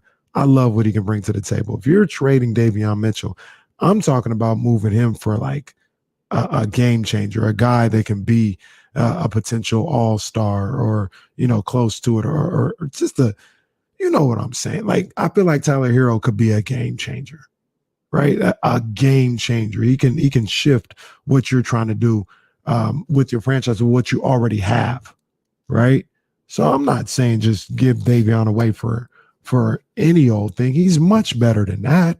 He's not just a throw-in or nothing like. He's much better than that. You move on from Davion, it's because you're going after somebody that's better than him, and there's nothing wrong with that. There's nothing wrong with that. Wild. Our energy just varies. I don't know why everybody doesn't like De'Aaron Fox anymore, or why so many people don't like De'Aaron Fox anymore. But if you're going to criticize him for not being around when it mattered, why aren't y'all critical of Davion Mitchell? Because all of a sudden, man, Davion Mitchell really showing his potential. Cool. Where the hell was it 60 games ago? Oh, wait. I think I know. The circumstances were different. There were better players around. De'Aaron was around. Tyrese was around. Tyrese was gone, and De'Aaron and Sabonis were around. So Davion didn't have the Kings to a meaningless kingdom. Davion's a good ball player. Davion has the potential to be a really, really good ball player. But if you're just tuning in and you missed the preface of all of this, it's you have to be better next year. No matter what, you have to be better next year, because if you're not, 16 doesn't turn to 17, and that's going to be the new slow. I don't know a ton of people. Kendra, if you're listening, throw this at your marketing people. This is the new slogan. 16 isn't 17, 16 is 20. And if we get to 17, that means we're getting to 20. That means we're blowing this whole thing up because we're losing everybody. Get it right. Yep. Now, get it right. See, now you're on the same page as me. I've always been on the same page as you. What I didn't say in our previous conversations were get it right by any means necessary. And if you suck 2 years from now, oh, well, I think that's where you got some of us going, wait a minute. Do we really want to go that route? Yes, but at this point, shoot, do. I don't even know. Like, I don't know, man. Sometimes I wonder what it's like to cover a competent basketball team. What's it like for Belo and JC in Chicago? What's it like for Belo and JC in Milwaukee? I don't know why everybody in every other market is named Belo and JC, but like, what's it like for them? I don't know. I don't know. We don't know. Sometimes, like people talk about, well, how you guys watch wrestling, dude? Wrestling often makes more sense than covering the Kings. You want to talk about bad booking in wrestling? Well, you got bad general managing when it comes to the Kings. Like we're essentially watching soap operas play out in different ways. Well, in any event, James tweeted something that got my attention last night as I was, we're thinking about, we're trying to off Harrison Barnes here and send him somewhere else. James tweeted, I don't have the exact tweet in front of me, but the idea is, I think fans are really going to miss Harrison Barnes when he's not around to give 34 minutes a game. And that got me thinking, like, Harrison has always been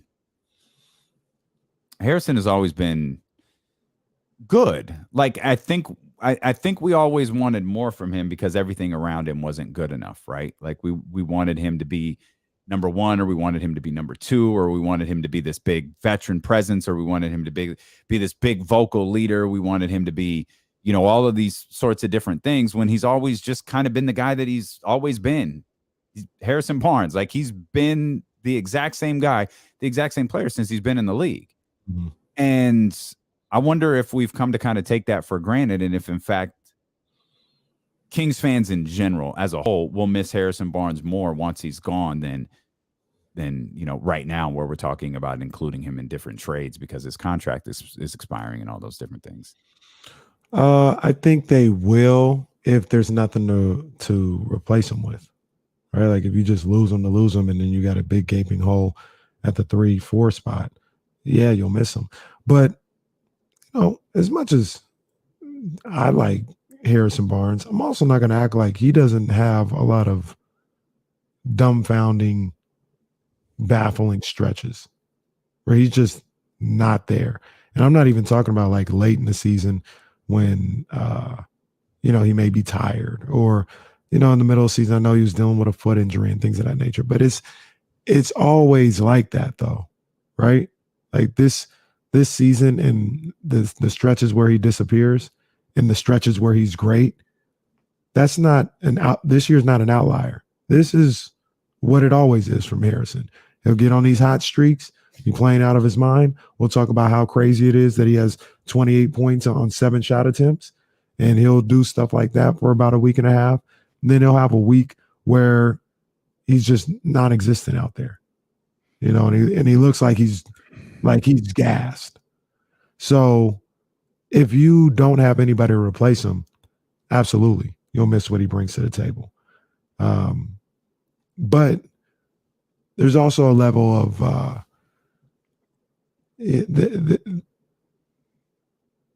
consistency would not be the worst thing coming from, another person. Like I think I'd much rather Harrison score 17 every game than score 30 one time and 6 the next. Mm-hmm. You know what I'm saying? And that's a little drastic, but I know what you mean though. Yeah. I want a little consistency, a little more consistency. I don't feel like he's terribly inconsistent, but I get your point. Like, I get your point. And also, I don't know why that tweet stuck with me, but when I read it, I was immediately like, that's interesting. I feel like he's been what we've asked him to be, I take that back. I feel like he's been what he's always been, but we wanted more. Well, the other thing about that is we also needed more, right? So what he gave and what he brings to the table is perfectly fine. But for the team that you had before the trade, it absolutely wasn't enough to turn it into wins. And that's not his fault necessarily. That's just, the role that he's in and that he was thrusted into on this roster.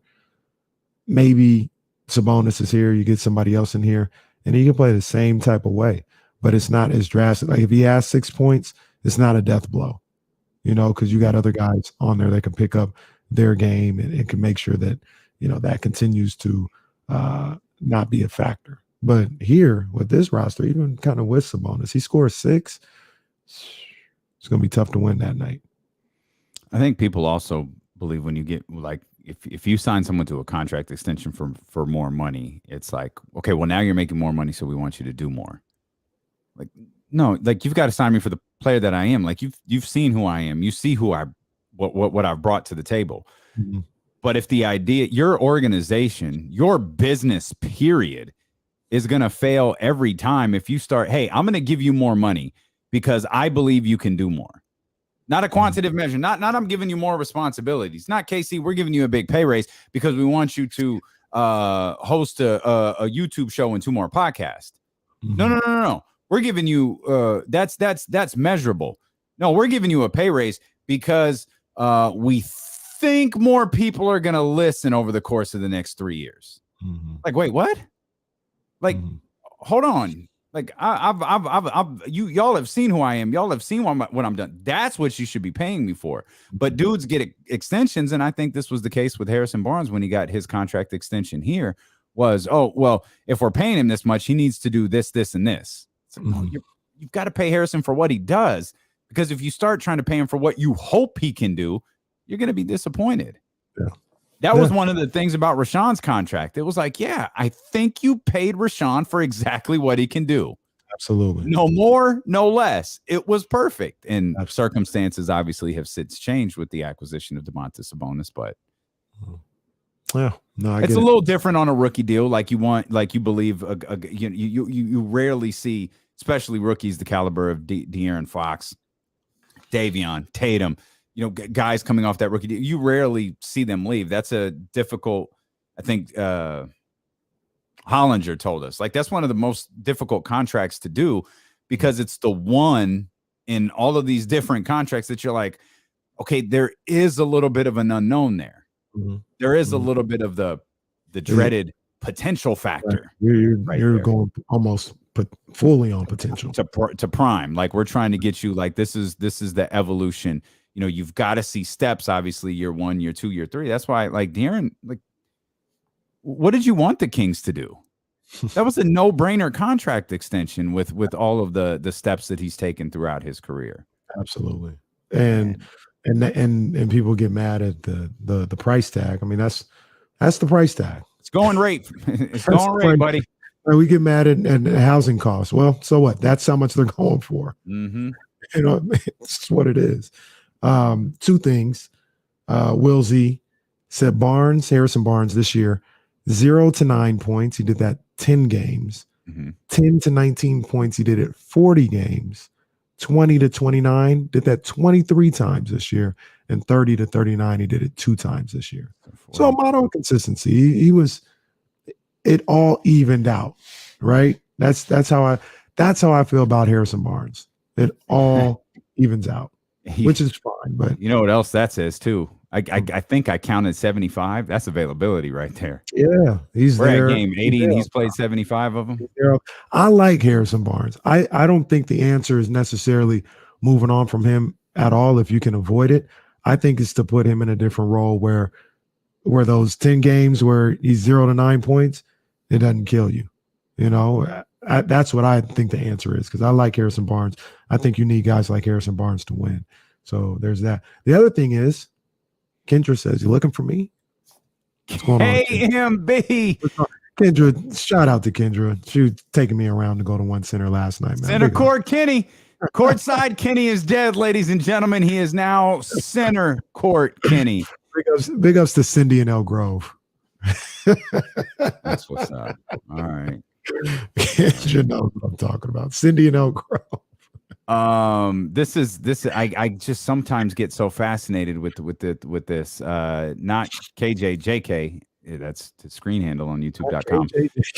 That's what it says on youtube.com/ESPN 1320. Harrison gets overshadowed by rookies and Chimezie Metu some nights. Stop it. Yeah, we gotta calm down. No, he does not. He absolutely does not. Like, that is insane. Stop it. I jump out the window. Don't nobody love Chimezie Metu more than we do. We know that. Come on. That's our guy. But guys, stop it. He has not. He has never been overshadowed by Chimezie Metu. Or stop it. Oh, wilding out. We're all just, this is why. Yeah. All right. Is it late sorority girl? Is that who it was? Cindy and El Grove. No. Oh, okay. That's because we just that's the alter ego I came up for Kendra. Okay. You know, we just waiting for the next HBCU night. That's all I'm saying. Lit. So lit. I think we need to have 2 next year, to be honest with you. I'm about to go to an HBCU over the summer just to get ready. I'm trying to get ready for Kendra's next event at G1C. I'm about to pledge. If I'm ever on the show and I just have to start singing Donnell Jones Where I Want to Be, no, I'm pledging. Yeah. That's what I got to do. But yeah, man, it's in all this, all that we're talking about, everything that's going on, people jumping out the window, doing crazy things. Davion, this is why you need to get this done by all means necessary, because people are losing their mind, including me. Get this done so we don't have to have these conversations at least for a year. How about that? You know what the funny thing is? There's obviously nothing to talk about the 123-109 loss last night. This is probably the last game of the season we'll cover. I don't think, because there's a game Saturday, there's a game Sunday. Again, it's just my opinion. I don't think the news about the Kings on Monday is going to have anything to do about the game on Sunday. That is 1,000% my opinion. And I would be stunned if I was wrong. Stunned if I was wrong. And to me, that, unfortunately, is the first step in correcting this thing. is I think you need and it's not even a knock on Alvin Gentry. I think Alvin was dealt a difficult hand in a variety of different ways. I think he was dealt a difficult hand, and he had some faults along the way. I think he did plenty that left a lot of us scratching our head. But we need to see a change there. I agree. And Monty, don't get it wrong. Don't get it wrong, homie. Can't get it wrong, man. As our man Ryan Jennings says, yep, Monday, 4:00. 4 p.m. A tweet from James Ham will go out. Hey, take the advantages wherever you can get them. I get it.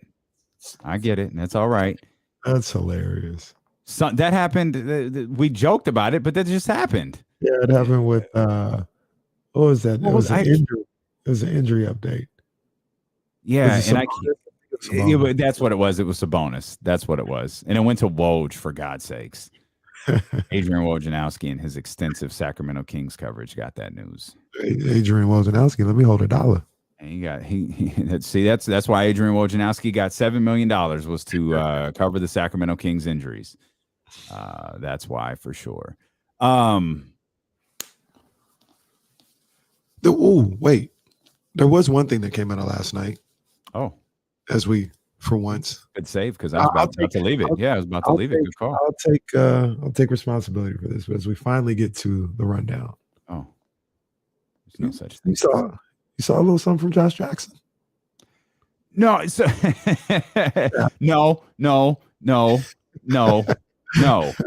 No, I did not see something from Josh Jackson. What I said to you earlier was you see him sometimes with the ball, like when you see him on the floor, like you recognize it.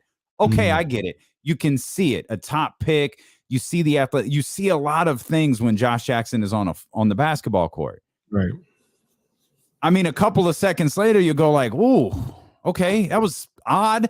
Like you see. It's like this wild roller coaster. Mm-hmm. You see a dude who just looks insanely athletic with great gifts. And then he's got a weird shot. And then you wonder, like, man, a number 4 overall pick, like, how did we get here? Yeah. No, I don't see a little something with Josh Jackson, but when I see him, it's like, oh, okay, this is why Kenny gets enamored with him. This is not just why center court Kenny gets enamored with him. This is why teams keep going. Yeah, send Josh Jackson over here. Let's give it a look. Let's see what we could do. Yeah, because you see it. It's kind of odd too, because like I said, I wouldn't have thought his numbers aren't that bad on his career. Like you would think he was to beat, you know what I'm saying? Like you think he'd 5 points a game. Like he's averaging like 11 for his career. He's had 13 points, all this other stuff. I see him, and I don't know if these guys are going to be here, you know, so that may change everything. But on a real cheap deal, like you're not spending much of anything for Josh Jackson. I love to see him be with Rico Hines for a year and a half. I would love to see that. And see if there's anybody that can unlock whatever potential he had. I think it's a guy like Rico, a coach like Lindsey Harding. I think they could work with him and help him get better. And if you're Sacramento, I mean, what's it hurt? As long as you're not like, I'm not even thinking about the money. As long as you have a roster spot that you can use on something like that, I would say, why not? Mm-hmm. I make it clear. I wouldn't hamstring the roster as far as like, oh, we got to cut somebody that we really like because we got to get Josh Jackson. I wouldn't do that. Mm-hmm. But if you got a spot or two, yeah. How much of that is predicated on Rico actually being here, though? A good amount of it. I don't want to say all Rico, I mean, I really hope Rico is here next year. But if he's not, is that still a gamble you'd be willing to take? And I know it's a small gamble. Okay. Yeah, but not as much because I specifically want to see him with Rico Hines. And I'm not saying he's the only skill development coach out there that could help him, but I just know what Rico. These guys are good ball players by themselves, but I give credit to Rico for what Rashawn Holmes turned into when he got here. I give credit to Rico for working with Damian Jones and what he's turned into while being here. I think Damian and Lindsey Harding and even Stacey Augmon, all those skill guys, Doug Christie, I think they're really good with working on these guys and getting them to concentrate on specific parts of their games to improve and open up the overall part of their game. So I don't know who they would bring in, but I know I trust this group that they have skill development wise, and I'd like to see him with those guys specifically. James Ham coming up a little bit over an hour from now. He'll be with us at the top of the 3 o'clock hour, and we'll come back as NBA Twitter came together as one. If you questioned whether we could unite, we can. We can. We just needed the perfect circumstance. We'll explain what that is when D'Lo and Casey return here on Sacramento's #1 sports station, ESPN 1320.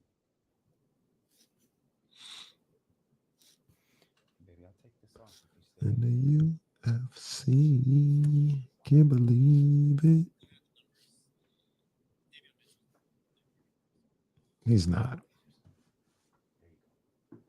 He's not.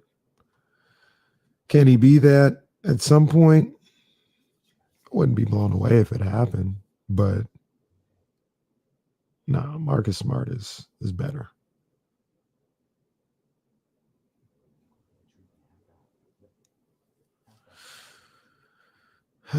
Let's see.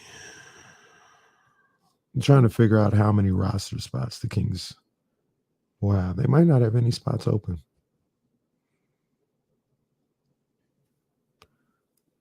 I'd like for him to bring back Jones. Yeah. I mean, Cato will be the two-way. Dante. Mm-hmm. They've got to figure out a way to get Alex Lynn off the roster. They got to figure out a way to get Mo Harkless off the roster. Jeremy Lamb is up or no? He's up. Okay. Yeah, he's a free agent. So if they found a way to get rid, tell me if I'm missing anything. I don't think if they found a way to get rid of Lynn, Holmes, Harkless, and Holiday, I have them at 7 people right now in the draft. The draft pick would be 8 if they kept it. But I got Fox, Sabonis, Barnes, Jones, Davion, Dante, Terrence, Davis. Seven guys. Yeah. Yeah, I think so. Where is he? Is he in Houston right now? Yeah. Yeah. I like the idea, huh? Absolutely. I put Kate on there too, because Kate is so 8. 8 is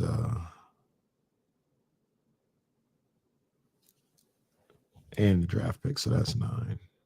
I'll assume they keep the draft pick. Honey, you gotta stay out of there. You gotta stay out of there. I'm gonna put your comb back on. You gotta stay out of there, okay?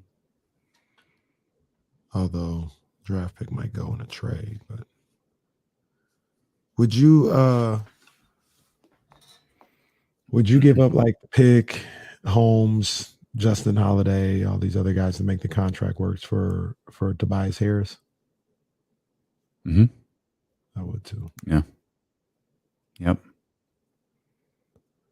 I would too. So he makes a lot of money. Hey, I'm gone. Can you hear me? I'm gone. Yeah. Yo, I'm out. Hey, pod me up. Can you pod me up? Check. You got me? Yeah. You need me to take the No. Why am I still hearing an echo? What am I missing? I don't hear it anymore. You hear You it? don't hear it? I hear it. What am I missing?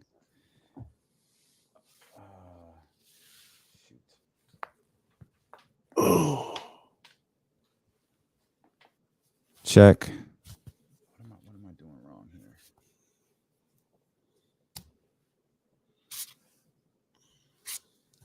Pushing Pete.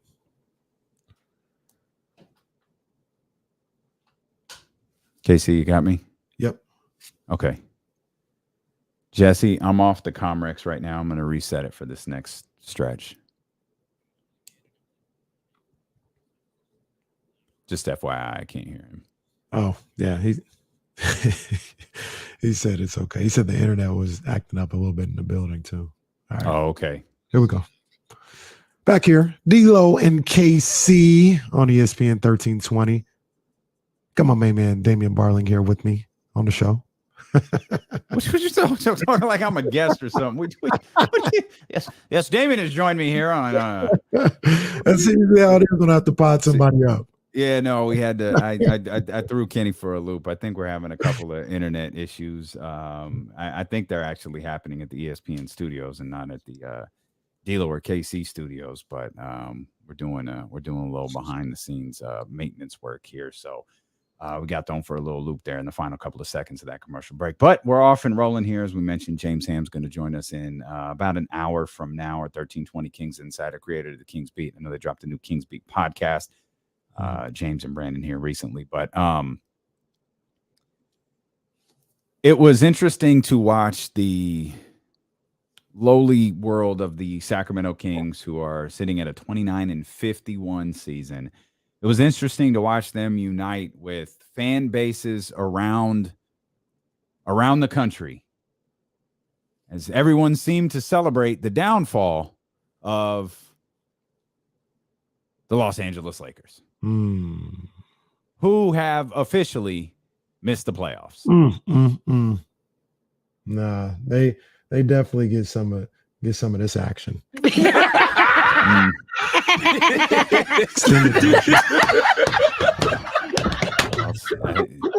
Extended, there it is.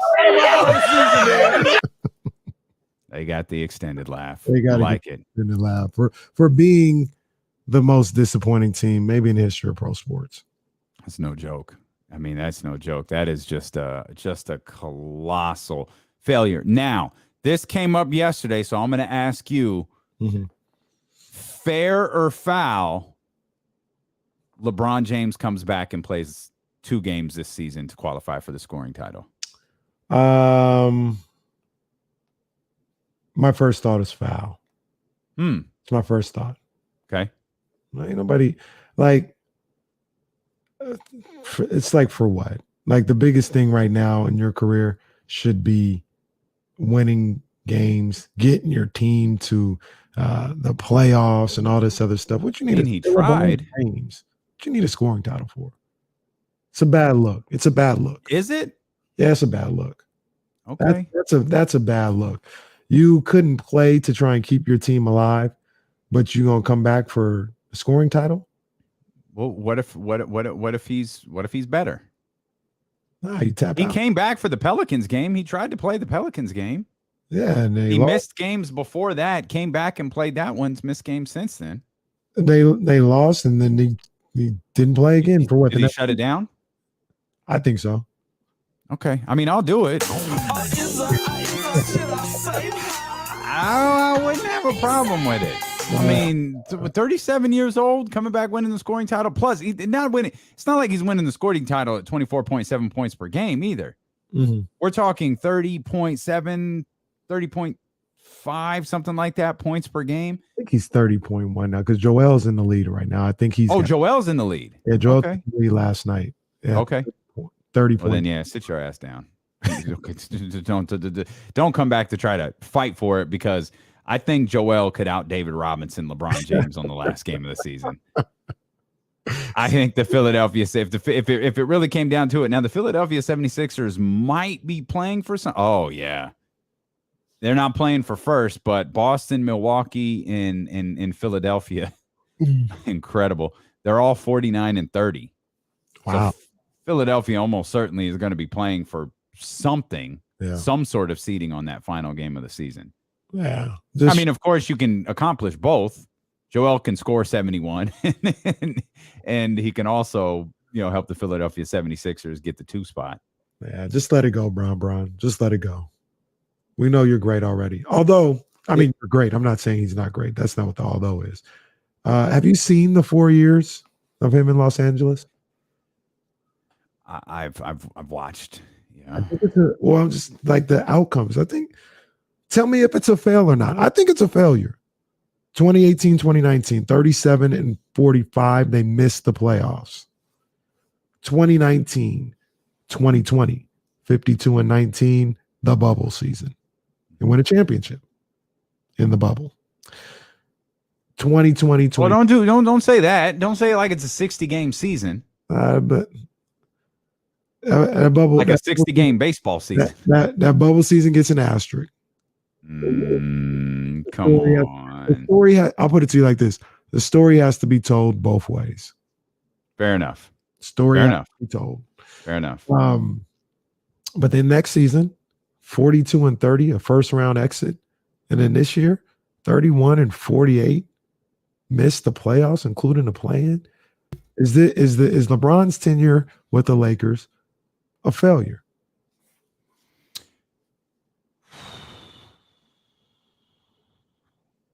No. Yeah.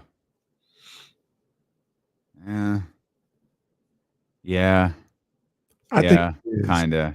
It's kind of a failure. I mean, it's weird. Like they wanted to. I don't know what he came to LA for, right? Did he come to LA to kick it, chill, spend his golden years or whatever you call this, the golden years of his career in Los Angeles? Was it to further some of his other stuff? Was it to get Anthony Davis and think you're just going to do what you did with Cleveland and do what you did with Kyrie and do what you did with Miami with Dwayne Wade and Chris Bosh, and you were just going to do it with Anthony Davis and whoever else you could convince to come to the Los Angeles Lakers? I got to imagine it's probably closer to that than it is anything else. But the fact that, I mean, missing the play-in, which isn't going anywhere. By the way, according to Adam Silver, it's likely not going anywhere, according to Adam Silver. You missed a play-in. Not only did you miss the play-in, but you're bad. Like, you're a noticeably bad basketball team.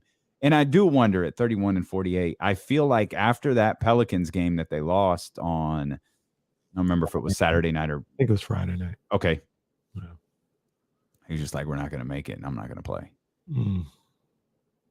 And I'm not going to equate it to, well, I mean, you probably could equate it a little bit to his first year where he was obviously legitimately injured. There's no question about that. Mm-hmm. And then things kind of went to hell.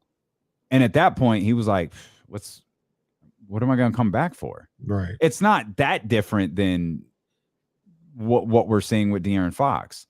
I'm going to keep Sabonis out of the conversation because Sabonis, I think, was really...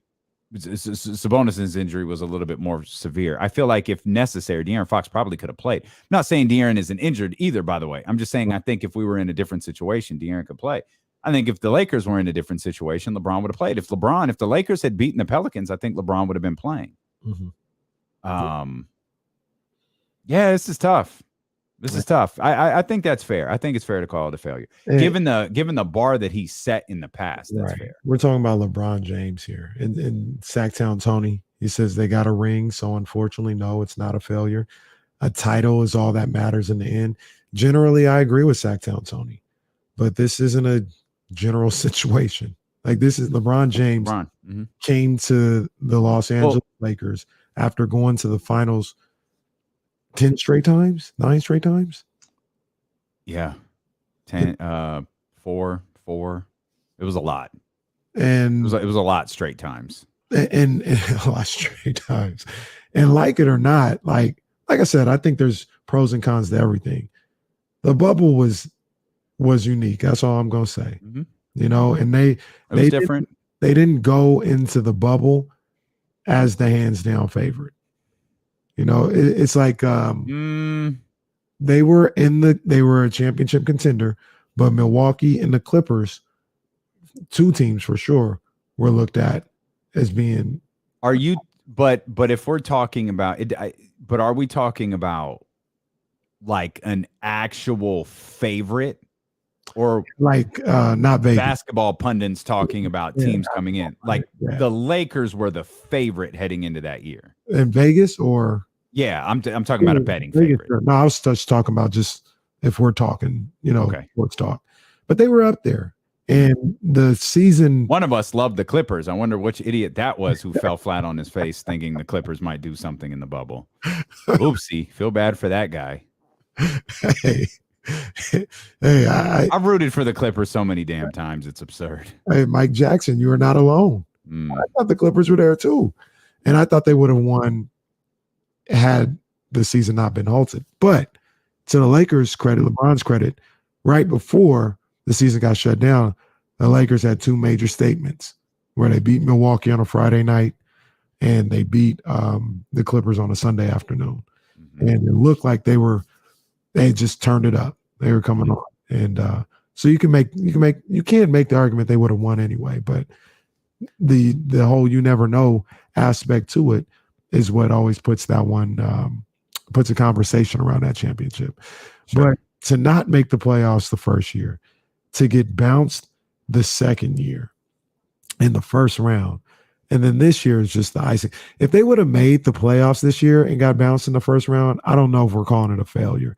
But to not get there at all and not get in the play-in, that's a you can't come back from that one. And it's almost there. Not getting to the play-in is fair to the true story of this year. They're terrible. Like when all of the talk, weren't they getting blown out in the preseason? And it was kind of like whatever, like who cares? Then they start playing and they're not particularly impressive, but it wasn't until like I watched them, I was like, oh my God, this team's like, it just is it's so clunky. Like there's no rhyme, there's no rhythm, there's no reason. It's just guys in uniforms. It was weird. I mean, it was weird for Russ. It was weird with Anthony. Like it never at any point this year looked good. As a whole, as a collective unit, they never once looked good. And missing the playoffs, missing the play-in is fairer to the story of what the team was this year. And that's just a bad team. Yeah, I agree. And we say it all the time. I didn't see this coming. Yeah. Like, come on, man. The two teams we talked about, San Antonio and the Pelicans, they're no good. And LeBron, I know AD was hurt. I know. And LeBron's my guy. We joke around with him a lot, but I love LeBron James. I love him, but you couldn't get this team to be better than the Spurs? Well, I mean, how fair? Well, I mean, how many games did Anthony Davis play this year? Probably less than 30. That's a 30 max. I mean, I know busts are reserved for draft picks, but is this a bust of a trade? And speaking about that trade, the thing that we always talk about, we're like, what do you want? The Lakers first round pick? That's going to be, in the late 20s. Well, Pelicans, Grizzlies, whoever gets it, they got one this time. Yeah. This is going to be a top 10 pick from the Lakers. We sidebar, random. The Spurs have like 3 first round picks this year. I was reading that last night. Like, wait, what? Oh, no wonder they're chilling. No wonder they don't care what happens. Right. They get to the play-in, cool. I got 3. I got everybody's pick. We good. Anthony Davis, 40 games this year, 23.2 points per game. I'm going to pose another question. Yeah, go ahead and ask me. Ask the people. Is Anthony so they can get on your head. Is Anthony Davis overrated? Ooh.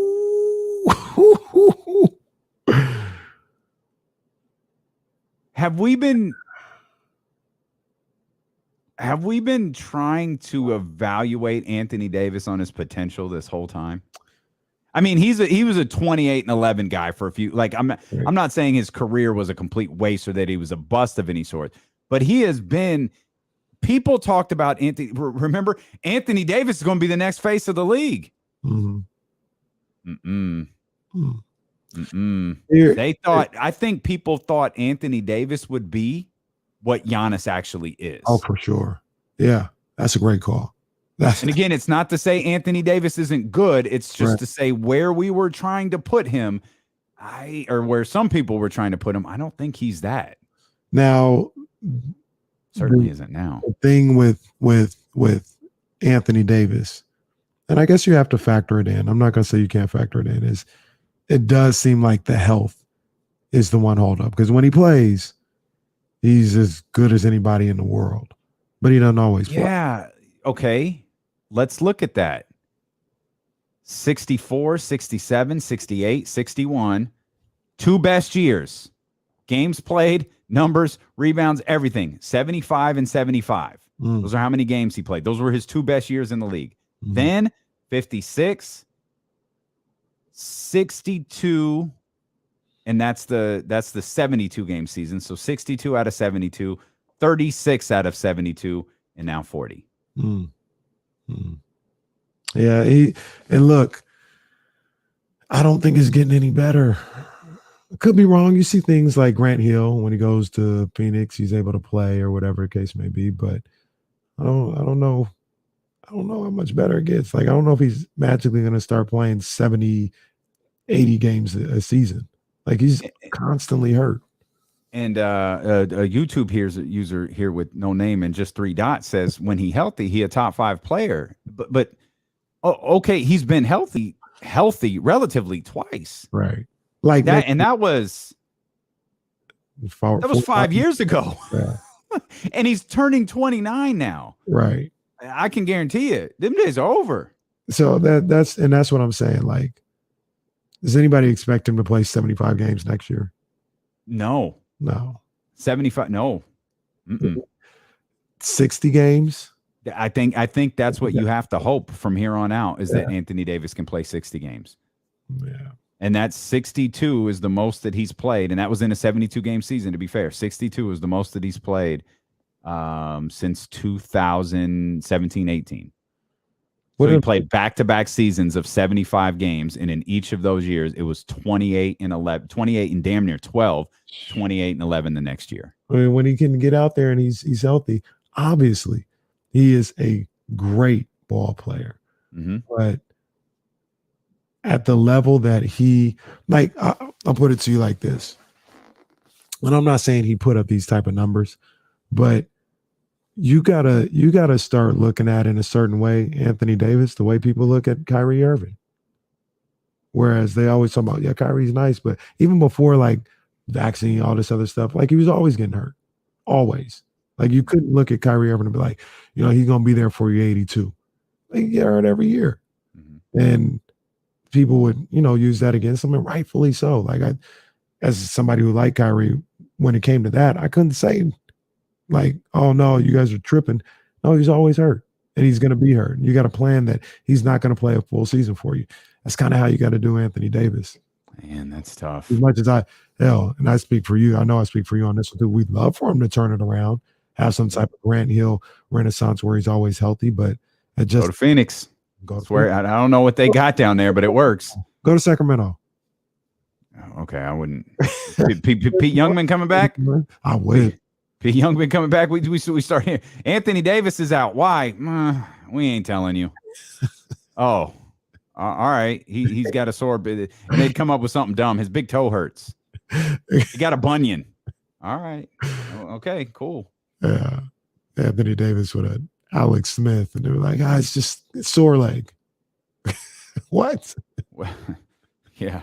And so if we find out a week later, it was amputated. He had his leg amputated, and the Kings just classified it as a sore leg. Hashtag bring Pete Youngman back. Will Z says in Anthony Davis's 604 games played, he is exactly 302 and 302. That is his win percentage. His winning percentage is 500. I mean, those years in New Orleans were tough.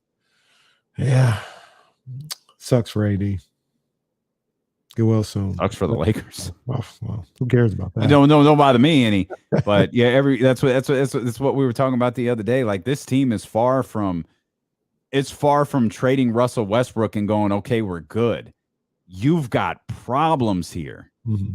And they stretch far beyond Russell Westbrook and his contract. So let me ask you another question. Magic talked about it a couple of times the other day. It's been a discussion throughout the year. You once again about that, you're 100% right. Like, that Magic was just kind of talking. Like, Magic was talking out of his neck. Like, none of that could have happened. Like, if Mike Greenberg had just an ounce of onions, he would have looked at Magic and said, literally nothing you just said was possible.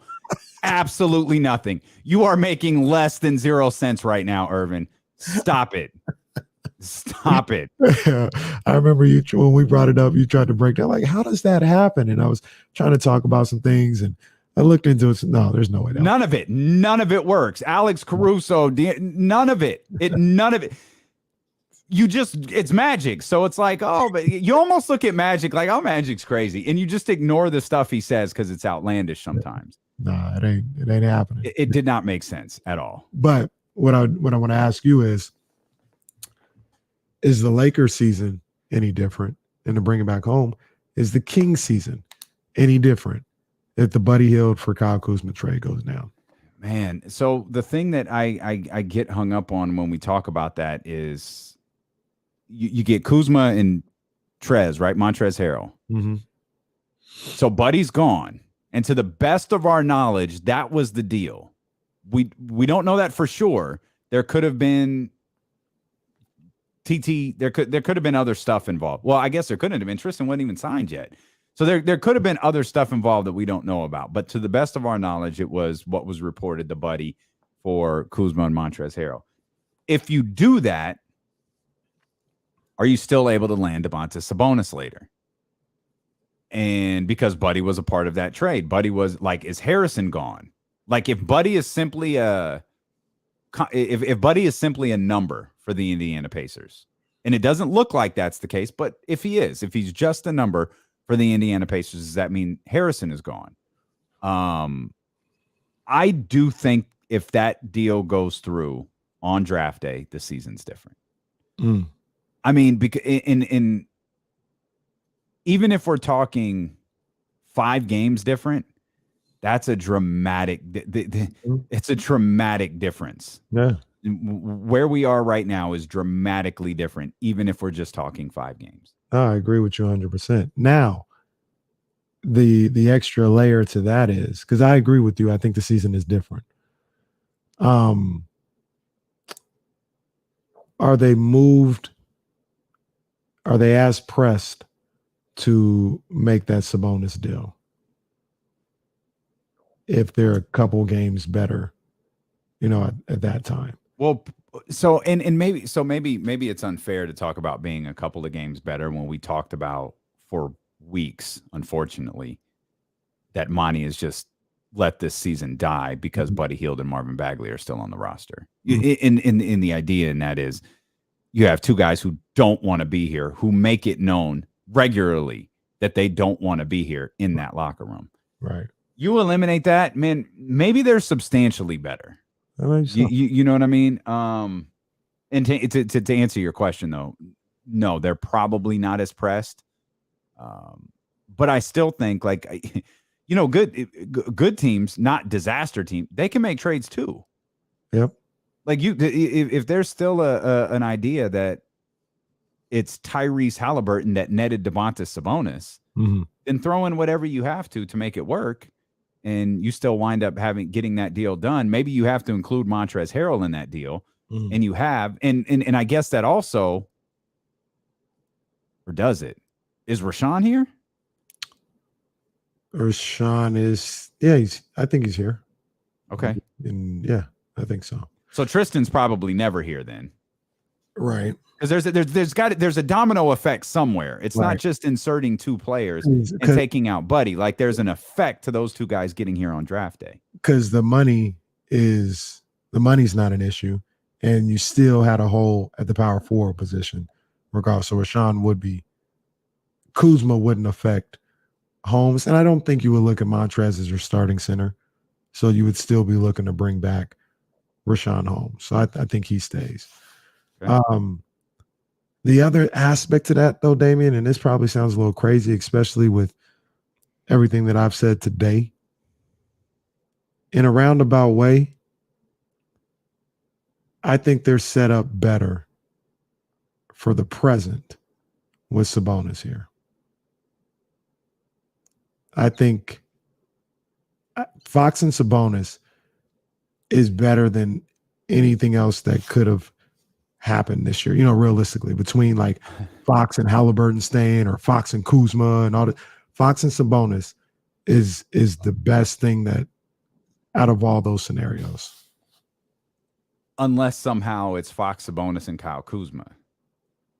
Yeah, and I'm assuming you can't get. So you're assuming, okay, all right. You don't go after Sabonis if that team is better. Okay. But yeah, that's awesome. Yeah. Okay, we'll talk more about this, and we will look at some other things around the NBA. We got James Ham on the way. Plenty more coming up here on D-Lo and KC, brought to you by McQueen and the Violet Fog, the smoothest gin in the world, handcrafted in Brazil, here on Sacramento's #1 sports station, ESPN 1320. I got the shizzo. Bright him out. All right. Let me turn on the clock. We're gonna freestyle this one. 13th round with your main man Kenny Caraway, and there's no particular topic going on with this 13th round, but my man Dr. David, he says, with 13th round he was Tank Davis mad at Devin Haney, Nonito versus Inuai, and Fulton coming up soon too as well. But I want to talk a little bit about that Tank situation because, like I said, it's looking like to me that Tank is going to leave Mayweather Promotions. That's what I'm thinking after this fight. And he's been pretty chatty and going on things on Twitter. And he talks about Devin Haney is now looked at as everybody's savior and called him the email champ. And I have no problem with Gervonta doing what he has to do. If you feel like he needs to move on and he's ready to branch out and, start Tank Promotions or something like that, be a free agent and do things of that nature, that's all good. That's all good. I know a lot of people are, happy about that. Like, oh yeah, Tank will finally fight somebody and Mayweather's been coddling him. I understand all that. I'll tell you this, just like I said yesterday with Ryan Garcia. Even if you like them or you don't, I feel like those guys, you need those guys. Like to a certain degree, boxing needs Adrian Broner. They need guys that are entertaining. They need guys that put on a show. We would love for them to fight the best fighters all the time. Absolutely. But in this world, in this boxing world where everybody's pretty bland and a lot of guys think that they're superstars and they're really not. Like George Kambosos now thinks he's a superstar. You're not. Oh, nobody know who you are. All right. You got guys like Ryan and Tank. These guys are legit stars, and you need them. As a matter of fact, you need both of them to fight each other. And I don't care how that happens. I don't care if that happens on Mayweather Promotions. I wouldn't want it to happen on Golden Boy because it would be a train wreck of just a build up and trash all around. But if it happened, fine. You just need that because I've said for a long time, Tank versus Ryan is maybe the biggest fight in boxing. And we'll talk more about that tomorrow because I know that's going to rile some people up. But Tank versus Ryan might be the biggest fight in the sport right now. That's the 13th round.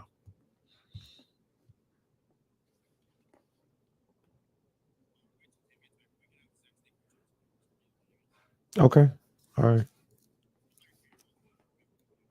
Ah, damn. Jesse won't be here. Yeah, but we'll try and work that out. Yeah. Pushing the P.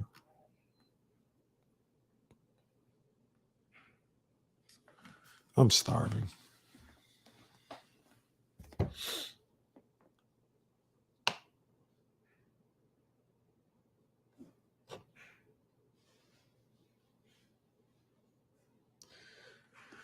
Yeah, Dr. David. I mean, that's just That's the way it's always going to be. There's going to be people who just don't like Floyd for a number of different reasons.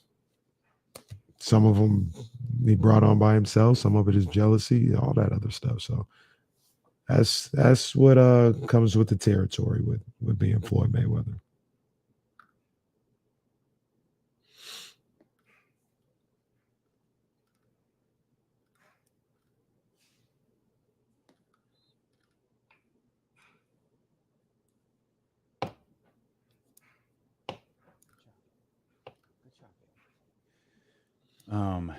When James joins us, you don't have to make any changes. Okay. Because we're already set up. Hey, Dame, do you want Coach Patrick tomorrow during the 1 o'clock hour? Mm-hmm. Yep. Yeah. Okay. Yep. We're setting up the times. Charlie's gonna. Okay. Great.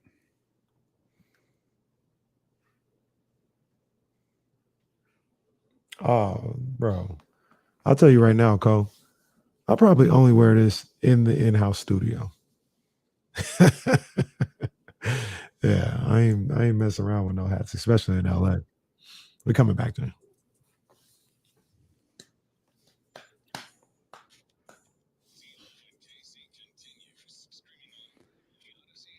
D-Lo and Casey here on a Wednesday afternoon. It's getting hot out here, Dame. It's getting hot. We talking about high 80s, low 90s. Oh, you know what's funny? We were talking about hoodie season being over. Uh-huh. Did you peek it next week? No. Oh, hoodie season's back next week, baby. hoodie season is back. It'd be on this weekend, but yeah. Hoodie season's back, baby. Don't store those D-Lo and KC hoodies away for the winter yet. Don't do that. They heard us talking yesterday. They're like, not so fast. They're like, nah, fam, we got you, man. Let's ride. Go to DLoandKC.com. Get your new hoodies for baseball season. Get your T-shirts. Get your Giants gear. It looks like Giants gear. It looks like A's gear. Dave Garcia killed that. It's over at DLoandKC.com. Check out the merch over there. I don't know if you answered this. You said we were talking about the Lakers' failure to getting to the playoffs, and some of the things Magic Johnson said to make us all laugh, and the Buddy Hield thing. You said the best scenario that the Kings could have for the future is landing Domantas Sabonis, but do you think the season would have been different if that trade had gone through and Kyle Kuzma and Montrezl Harrell would have been here day one, and perhaps more importantly to the story of the season, Buddy Hield would have been gone before training camp, like he would have never had to step foot in Sacramento again, which sounds really harsh, but right. You know what I mean? He wouldn't have been in the locker room. There would have been no conversations or anything with him there. Nah, I agree. I agree with you. I think the season is different. I think the Kings situation is different. I think they're a better team. I don't want to put it on like, oh, they're fighting for the play-in or not. I just think they're a better team. And when you talk about fighting we're talking about a couple of games, right? That's all we're talking about. We're not talking about them being 20 games better, or maybe 5. 3. I mean, 3 gets them to 34, where San Antonio is. Yeah, right. So, yeah, they'd be right there in that mix at the very least, I think. So, yeah, I think it would have changed some things for sure. Kuzma feels a need. Like Kuzma feels probably the biggest need on this team, in a major way. So you combine that with, maybe the progression of Davion Jones, and because even if Rashawn Holmes is still having an injury-plagued season, Davion Jones has been great. I don't think his game changes or his production changes at all. So you'll have that. Maybe, I don't know, maybe Tyrese and De'Aaron figure something out. The vibes are a little different before then, and Terrence Davis plays more. There's so many what ifs, but just think that it would definitely have been a better situation.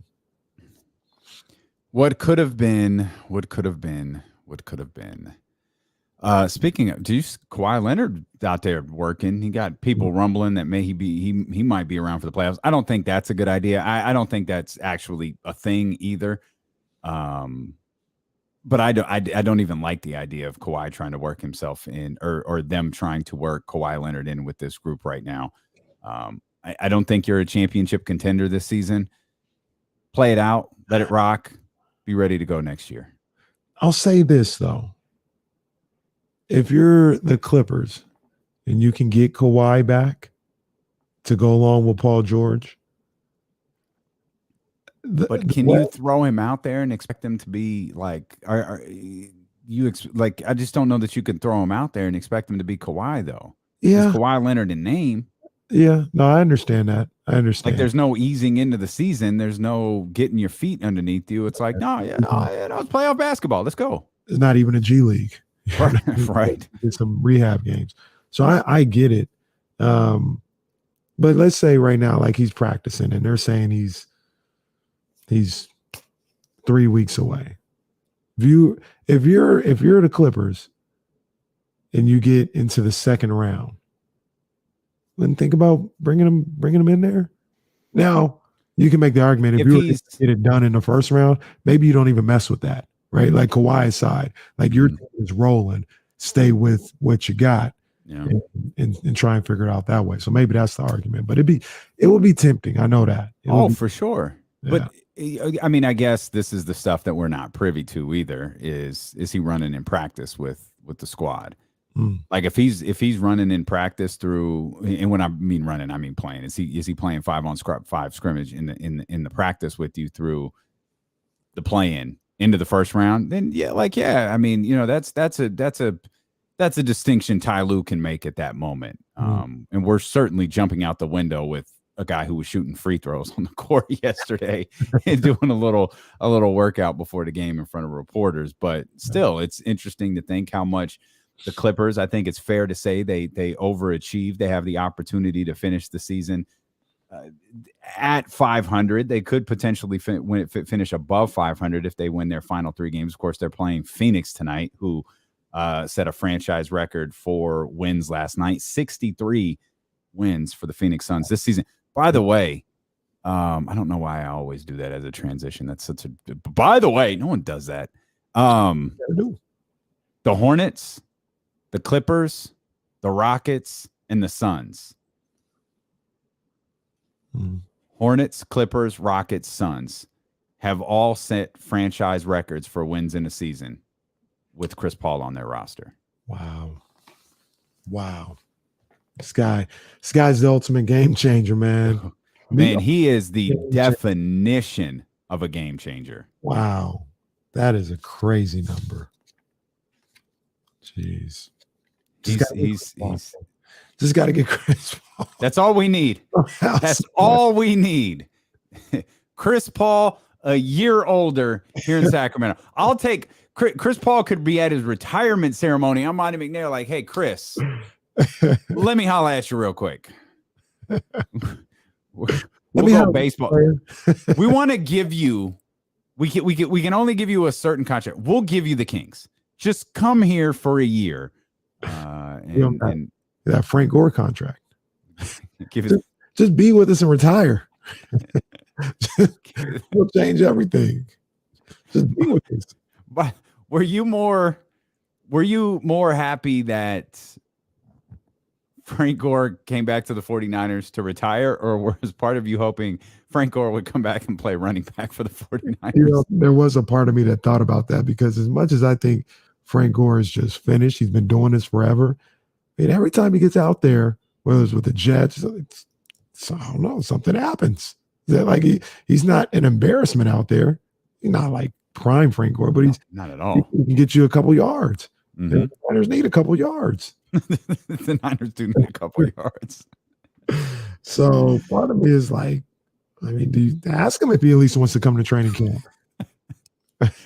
hey, just tell him it's a 1-day contract, but it's really not. Wow, this is a very nice 1-year contract. And then you move the tape. It's 1 year, pal. We got you all season. The day sticker over the year. You're pointing at it. Just sign here, but you're covering up the fact that it says when you just sign here, Frank. They're like, Frank, we know you're here for your retirement press conference. But I mean, OTAs are going on in the back right now. If you do, you want to, just it's not even pads. Do you want to just go through drills? I wouldn't even do that. Frank Gore ain't gonna want to do OTAs. Give me a break. I ain't gonna do that. Just set the retirement thing for the day that the 53 is due. Hey, Frank, since you're here, we had an idea. Where does Frank Gore rank for you? All-time Niners? Yeah. Because I mean, like the bulk of his, I mean, I think it's fair to say he's had a pretty incredible run. The bulk of it was with San Francisco. Well, Davion, I'll go a step further. He's had a Hall of Fame career. Oh, for sure. Yeah, I agree. Yeah, and he's if it was a baseball thing where you go in as a certain team, he'd definitely be going in as a Niner. He's a Niner. That's why he's signing a one-day contract because he's a Niner. All time, it's hard to rank him. He's up there. He's one of the greats for me for sure. I love Frank. Frank is just, you want to talk about a guy that's tougher than a $2 steak. That's how I look at and how I feel about Frank Gore. And, the years they were able to get wins and do all this stuff with Harbaugh. I mean, he was part of the fabric. He was part of the culture. He was reliable. He wasn't spectacular, but you knew what you were getting every single time Frank Gore stepped on the field. And that is a valuable asset to have for sure. Love Frank. My God, Frank. Pour out a little McQueen for Frank Gore. No, don't do that. That'd be a waste of McQueen. Go find some garbage alcohol and pour that out instead. I know. I'm sorry to revert back to this stuff. I just had these stats in front of me and should give them to you. We were talking about Phoenix and their 63 wins this season. They're 47-0 when leading after the third quarter. Wow. They obviously beat the Lakers last night. I have Lakers stats in front of me too. Russell Westbrook had 28 and 5 rebounds. I should distinct. It's his 15th 25-point game this season. The Lakers have lost the last 6 of those games. Yeah. Somebody brought up a good point. Like people be getting on Russell Westbrook, like he averaging 5 points a game. Mm-hmm. Like the guy, he's doing all right. Like at the very least, like, he ain't the reason. Not the reason.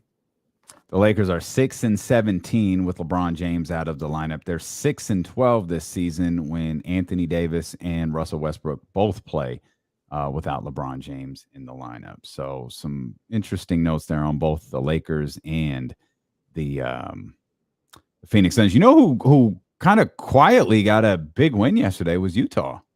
Yeah, they needed. They almost choked it away too. Yeah, they sure did, but they beat the Grizzlies yesterday. Yeah, they needed that. Utah's done. Stick a fork in them. You think so? Yeah, they're done.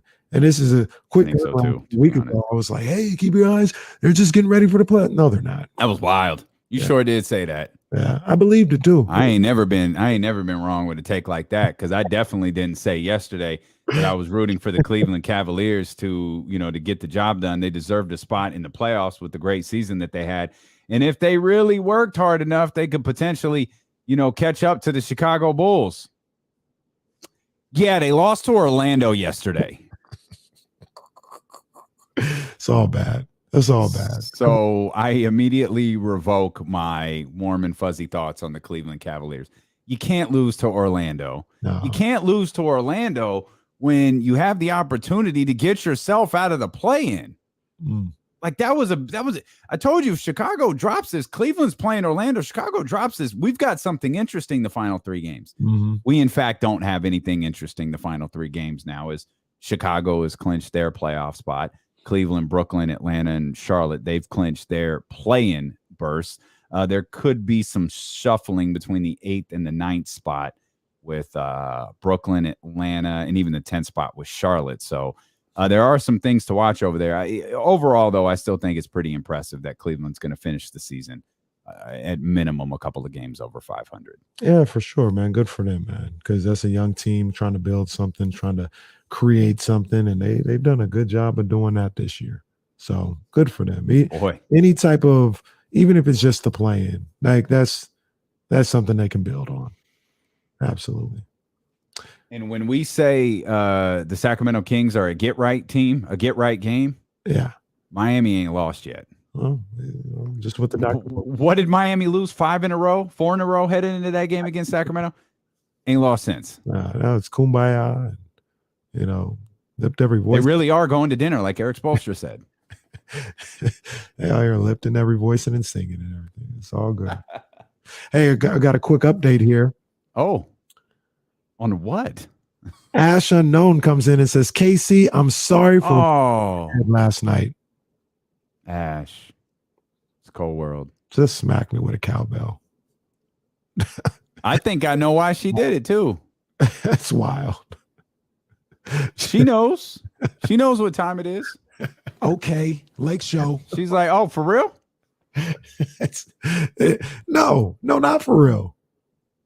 She heard it. She's a fan. Okay, Lake Show. Oh, I'm gonna show him. I'm gonna hit him with a cowbell. Knock that OK Lake Show right out of him. You still happy for Carmelo? You still happy for your boy Carmelo? I'm just sitting there, and they're throwing the little foam basketballs into the stands, and I'm like, basketball might be coming. All of a sudden, what the hell? Oh, well, I mean, that's what you get for sitting so close too. If you sit up in the stands with the regular people, we don't have cowbells up there. But, courtside Kenny is morphed into center court Kenny, and that's just the way it is. Hey, man, Miss P, I'm just trying to watch the game, man. Listen. Yeah, man. You shoot, Miss P come back to Sacramento. Y'all go together. Miss P, I can't keep up. Me and everybody else, we'll be up in the concourse, but y'all can hang out together. I can't keep up with Miss P. That's next level. Man. That's next level. Hey, before James comes,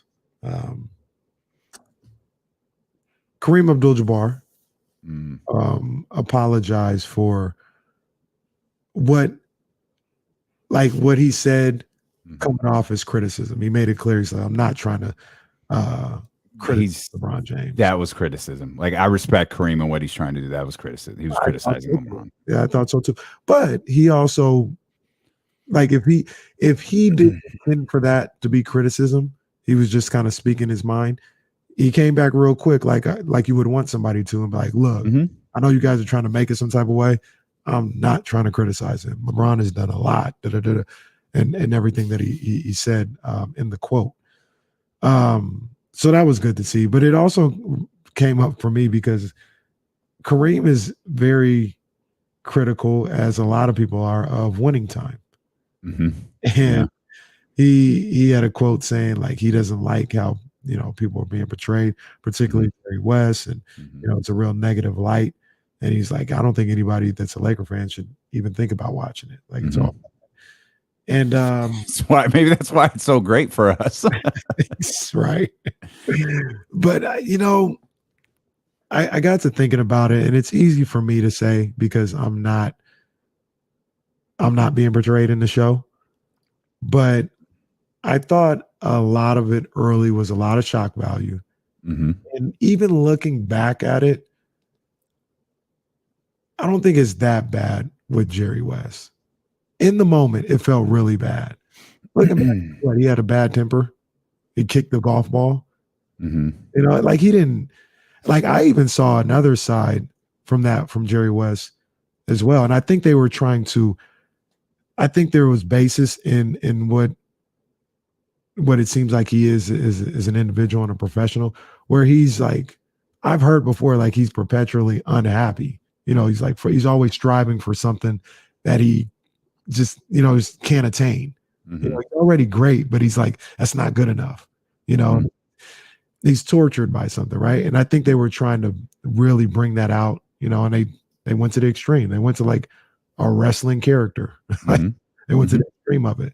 But I watched the show, and they've toned down Jerry a lot in the last 2 or 3 episodes. And also, the part that stuck out to me is when they were talking about the head coach, and they were trying to bring in McKinney's the coach, right? Jack McKinney, yeah. And Jerry was like, no, this is ridiculous. You're crazy. But he took the time to, like, look into the guy and look into his game, and he wasn't a hater. Like, he was like, man, this guy's actually got great ideas. Like this, and he vouched for it. And I don't know. I thought that was pretty cool. I thought that was a cool portrayal of Jerry West, and it may be more accurate. I don't know. Like if somebody came up with winning time D'Lo and KC and had me looking crazy, I'd probably be hot. I can't imagine. You think Jerry West throwing an MVP trophy through a like, man, that'd be rough. That would be rough. I would never want to see that portrayed. What did I? You know what I think it is? I think it's you mentioned like they made Jerry West a wrestling character. I think that's essentially what all of these characters are. Is they all have. I think there's a semblance of truth to all of it, like what you just said about Jerry West. He's obsessed with winning. Okay, well, how can we magnify that? Right. How can we magnify that to make an interesting TV show? All right, we know Magic was a womanizer. That he had to make that very clear to us back in 1991. Yeah.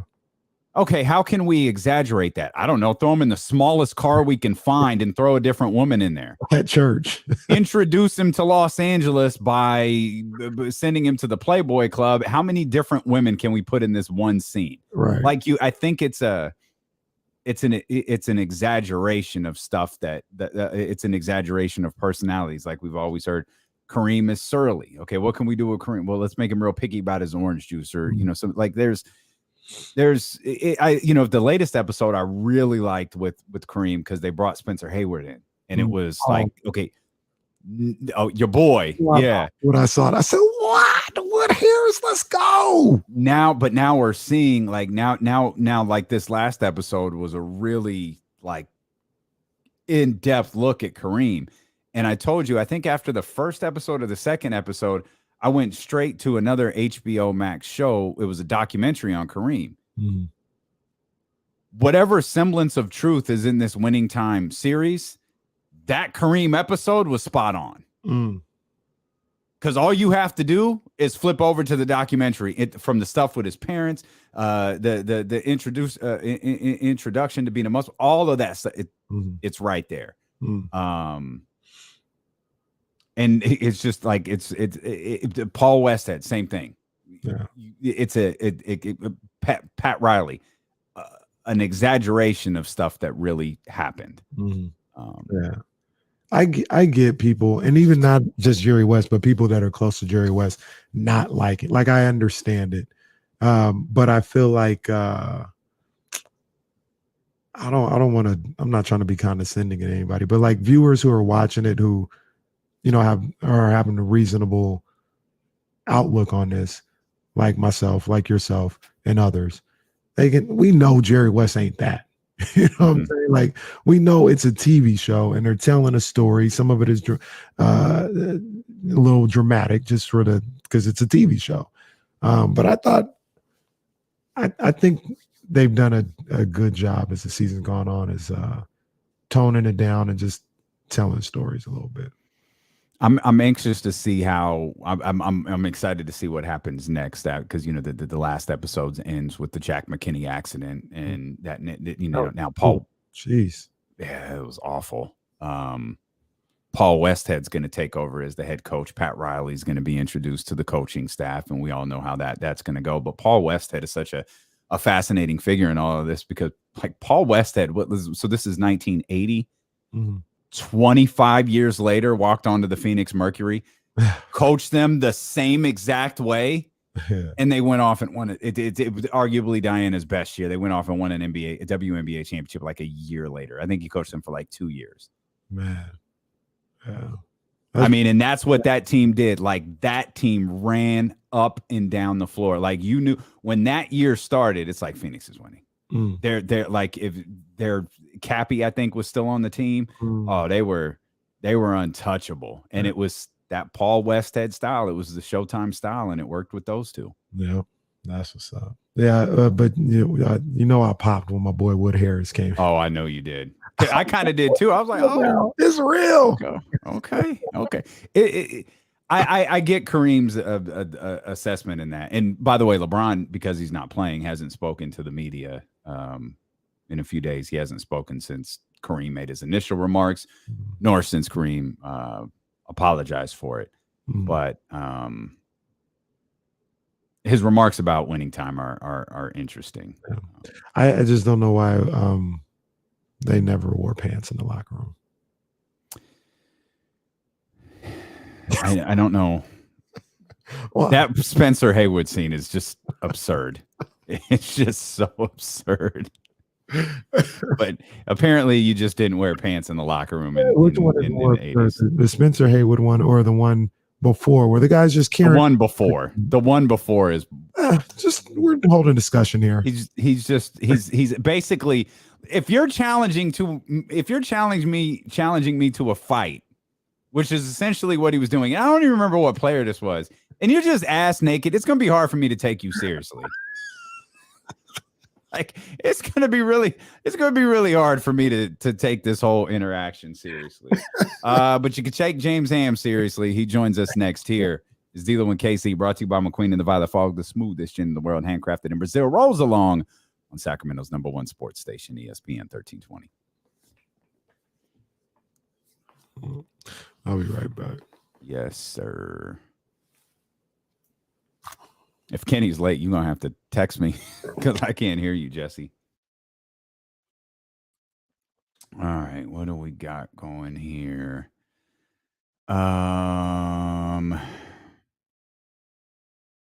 Did we already talk about? I think we talked about Cody's promo already. See, The Rock unveiled the new XFL logo.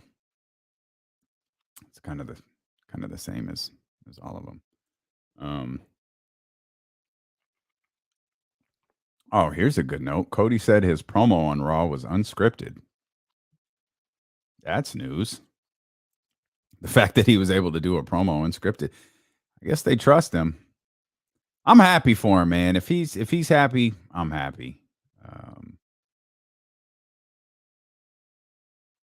It looks like his first program is going to be against Kevin Owens. Not sure.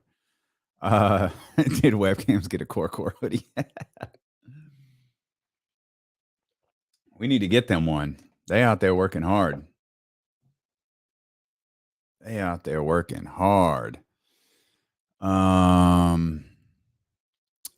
are you talking about winning time? Yeah, that's what really happened. Jack McKinney was in a bike accident, and I think it's he had brain damage. I don't know if it was like a brain hemorrhage or what it was, but he had brain damage, so they had to, if I remember correctly, this is jacked up. I think they had to, because the season started, they made Westhead the interim coach. And I think that same year they formally fired McKinney and made Westhead the coach. Yeah, that's right. Jesse said they fired him during the finals. They fired McKinney during the finals. That's what when we were talking about, man, they're only on whatever episode. Like, that's just crazy. Because there's so many more stories to tell.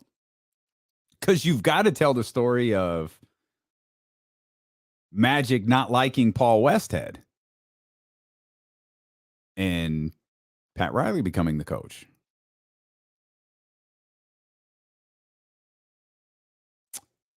Oh, wow. I'm looking at Patrick's tweet. I don't want to put that on the screen. That's WWE, man. Let's see what else is popping here in the chat. Oh, I see you, Dr. David. I see you, Dr. David.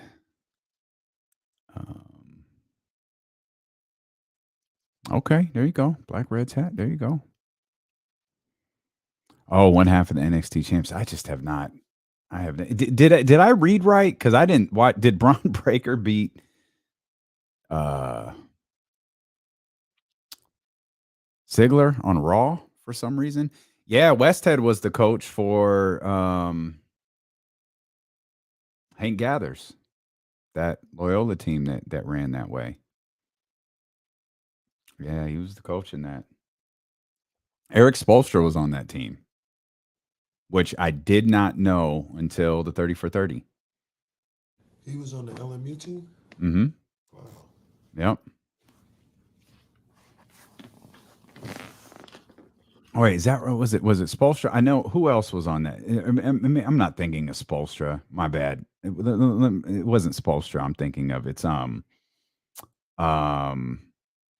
old not Spoelstra, the old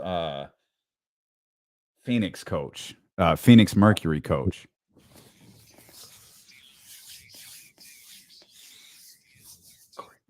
Yes, sir. Acknowledge me. We're back here on D-Lo and Casey as I'm bringing us back now here with Davion having technical difficulties. You know, I can still hear the rejoiner in your ear. Oh, you can hear the But you seem to like to do it, so I just let you do it. You get excited. Center Court Kenny, new contract, like, hey, I'm just along for the ride. I'm riding the coattails, baby. I'm riding the coattails. I'm ready. Not at all. Just, like I said, I'm just watching the game and I'm just doing the show, That's all we do, man. That's very literally the definition of our job. Watch the game and do a show. Try to have some fun along the way, man. And hopefully we've been able to do that through another painful Sacramento Kings season as the home portion of that came to a conclusion last night at the Golden One Center with the all too familiar L. Though I don't think anybody cares. Like we're not evaluating wins and losses anymore. I mean, 16,000 people or so came out last night to watch a game. That meant nothing without the team's two best players.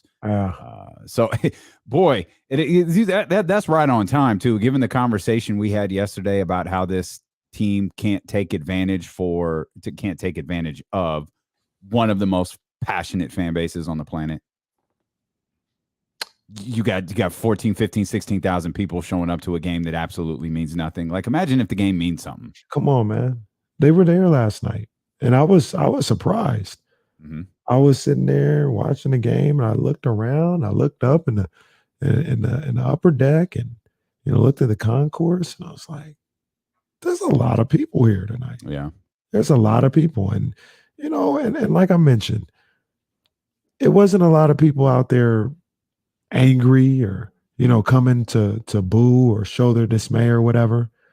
I think a lot of people were just disappointed. They were disappointed. They were sad that this was the last basketball game of the home basketball game of the season, and it cemented what I talked about earlier, where you got to get the stink off this fan base and off this franchise. You have to, because they deserve it. The fan base deserves to see, at least right now, 1 year at the very least of some exciting, memorable basketball. Do you think the crowd can start hot next year, or do you think it'll have to be a slow build? Like they're going to have to come out and play well. I joked about this the other day, but if you build it, they will come. Mm. And like if you come out that you play well, you show energy, you get. And I know we want energy, we want competitiveness. No, we want you to win a damn basketball game too. Sure. You're able to do that out the gate. Does the crowd kind of grow as the year progresses? I think it's adorable, by the way, for those who are listening on the Odyssey app in 1320 a.m. that the Queen Bee just brought you your snack. Well, that brought you your popcorn. Reese. I also love. Oh, it was Reese. Okay. Okay. I love that you put the 9-year-old to work to bring you some popcorn. Needs to be doing some other work too. It's all the more shirts. Come on, man. We need you to work over here, kid. I'm not gonna show it to you till it's where he wants it, but he actually did come up with a new design. Oh, let's go. I gotta like it. It's gonna be pretty cool. Still my favorite design in the whole collection. But there's gonna be some if they came back next year with Fox, Sabonis, then they added I don't know, just take a random player, not a Julius Randle, not John Collins, not even Tobias Harris, just a random NBA player. But we're all sitting here like, well, That's a good pickup for them. Like that's good. This could really help them and things of that nature. I don't think the fans will be excited. I don't think generally the fans will be excited. And you hear guys like myself who say if the team that they have right now healthy, I think that's better than what they had earlier this year. I think that a team that's close. That was you. I say that right now, but I don't that's not going to get me excited. And I don't think that's going to get everybody else excited. I think in that scenario, they're going to have to get wins. Now, if they went for the gusto and got one of these big time players, made a major move, I think more people would be hyped up from the start.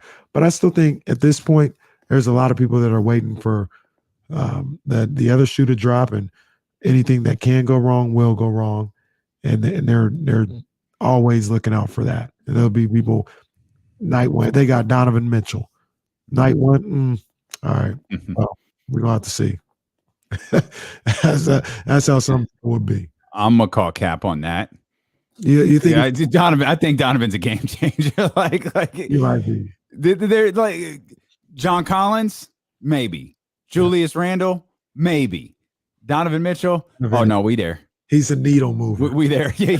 He's a needle mover. In fact, yeah. That's this then. They get Donovan Mitchell. Are you gonna say this year's different? They making it. I ain't saying no. I will not under. I will not under the. Said we would say. I will not utter the phrase. This year's different. This team's different.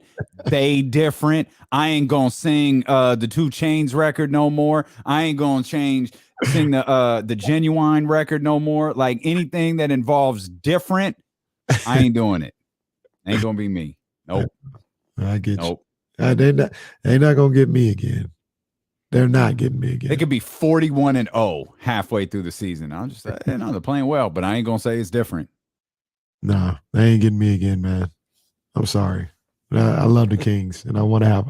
I'm probably the most optimistic person when it comes to the Kings. Yes, you are. That anybody knows, but they ain't. You will not hear me. And like Miss P said yesterday, if you catch me saying that this year's different or anything like that, virtually slap me. Just give me a slap emoji. You all bought it. You all bought it. Hook, line, and sinker. Ain't gonna be me, man. Hook, line, and sinker. No, ain't gonna be me when the higher power is revealed. No way, my brother, man. Shout out to Will Griffith, by the way, who launched that Operation McNair thing when things were going so south. I see Jill Adge had a post about an hour ago that says Kings fans have donated just under $10,000 to local charity because of how bad this team is. Wow, well that's a hell of a positive right there. That's amazing. Yeah, absolutely amazing. Great work from Will Griffith and great work from everyone who follows him and made those donations, man. That's good stuff. Good stuff for sure. Now we're entering mock draft season. So yeah, we're headed that way. Of course, the lottery is about a month away, right? It's in late May, normally late May. Yeah, late May. Well, I don't understand why. Can't we just do the lottery Monday? I don't know either. Like we know, like, look, we already know. Like, let's just shoot the ping pong balls out. Let's get this over with. On top of that, nobody is tuning into the playoffs more because they want to see the lottery. Like, because that's how they like to do it. Oh, we're doing it right before game 2 of the conference finals. Like, just do it now, please. Put us out of our misery. Like, let us know. What are we doing? 1, 2, 8, 10. What is it? That's a great point by you. Why do we have to wait a whole nother month and a half? The records aren't changing. Like we already know. Let's do it. But yeah. Who are we sending? Mid to late. Who went last year? Was it who went last year? Was it Tyrese? It was all virtually, wasn't it? So I don't remember. I don't know. It's last year. It seems so long ago. It does. I don't know. Like a freaking eternity ago. You know, I'm surprised you haven't made the case yet that we should send you to the lottery. You know that absolutely should be the case. Absolutely. Send me to New Jersey. Ain't in New Jersey, Secaucus? This is caucus. Send me if I had to choose though between being courtside and going for the draft lottery, I mean, you got to put me courtside. That's what this franchise needs, man. This is this is a wild video I'm looking at. Oh, I don't know why it's so funny to me in this exact moment, but it's the slow pan of the Lakers roster with LeBron, Anthony Davis, Rajon Rondo's here, Russell Westbrook, Carmelo Anthony, Dwight Howard. They all got the B-boy pose, and it's like, oh, you guys have no idea what is coming up for you. Oh my God. Not to mention the tweet, LeBron James, that he since deleted, but it lives forever. The keep the same energy from this. He deleted that? Yeah. Oh, Bronny. I don't know when he deleted it. He might have deleted it right after it happened, but yeah. Come on, man. See, that's the other thing. The Jason Jones, and because Jason, you know, he was trying to clap back with 16 years at Kings fans and all this other stuff. Hey, man, and Jason's a good sport. I know he does. But Laker fans, you got to wear this. You got to wear it. Oh yeah. You got to wear it. What do I say all the time? You know, about being a Niners fan. You know, we talk about the championships. We talk about how, you know, great of a franchise we are and all this other stuff. Mm-hmm. You got to be able to wear it and not be like, why is everybody so concerned with us? Be concerned with us. Like, no, you're the Lakers. Yeah. You are hated by many. Yep. You don't have to wear this. Yep. And you'll be like, man, we just got to hope to be better next year. You got to wear it. Laker fans. Man, it's a tough outfit to wear, though, boy. Goodness gracious. It's a full-on clown suit. I saw the Kings were trending in our area, so I thought, let's see why. Oh. And that's one of the first videos I saw. What was that? Well, that video that I just described to you with the Lakers is captioned, all this to finish with the same record as the 2020 Kings. Man, that's cold. I don't think that's accurate because I think 2020 was a short season, but the point's still the same. It's funny. Yeah, you got, boy, that's I had some numbers here on the Lakers as we bring in our 1320 Kings insider. Our man, how you feeling? You were 2 hours ahead there for a few days. You feeling reacclimated? No, I'm worn out. Okay. Yeah, because our flight was at 5 a.m. yesterday from New Orleans, so that's 3 o'clock in the morning here, which means you got to get up, 2 hours before to get to the airport early. So I was up at 1 o'clock in the morning here, and then 10 hours of travel, and then you drive home, drop the wife off, take like a 45-minute nap, and drive back down for the game. Because of course you couldn't miss the game last night. No. Oh, no. Yeah, I saw James yesterday, and I wasn't surprised that I saw him. No, but I was like, James, when did you even get here? Like, why are you at the game? Didn't you just get off the plane? I'm a gamer. I told you I don't miss these things. Dedication, man. Dedication. Yeah. You're listening to D'Lo and Casey on ESPN 1320 KIFM West Sacramento, KRXQ HD2 Sacramento and Odyssey Station, and driven by last year's Elk Grove Dodge. 1320 Kings insider and creator of the Kings Beat, James Ham, here with us. The average player on the Los Angeles Lakers has played 11 years. They have 11 years of NBA experience. They have 8 players with 12 plus years of experience, and 4 of the top 5 active players in career games played on this version of the Los Angeles Lakers. So they were old. They do have a combined 57 all-star selections. They have 7 players who have made an all-NBA team. And according to Basketball Reference's Hall of Fame probability, the Lakers have 5 players with a greater than 98% chance to make the Hall of Fame. Wow. And like the crazy thing about this is they're not playing with guys that like, it's not like they're playing with Bill Russell right now. When you talk about how Westbrook can still play basketball. Mm-hmm. LeBron can still play basketball at a high level.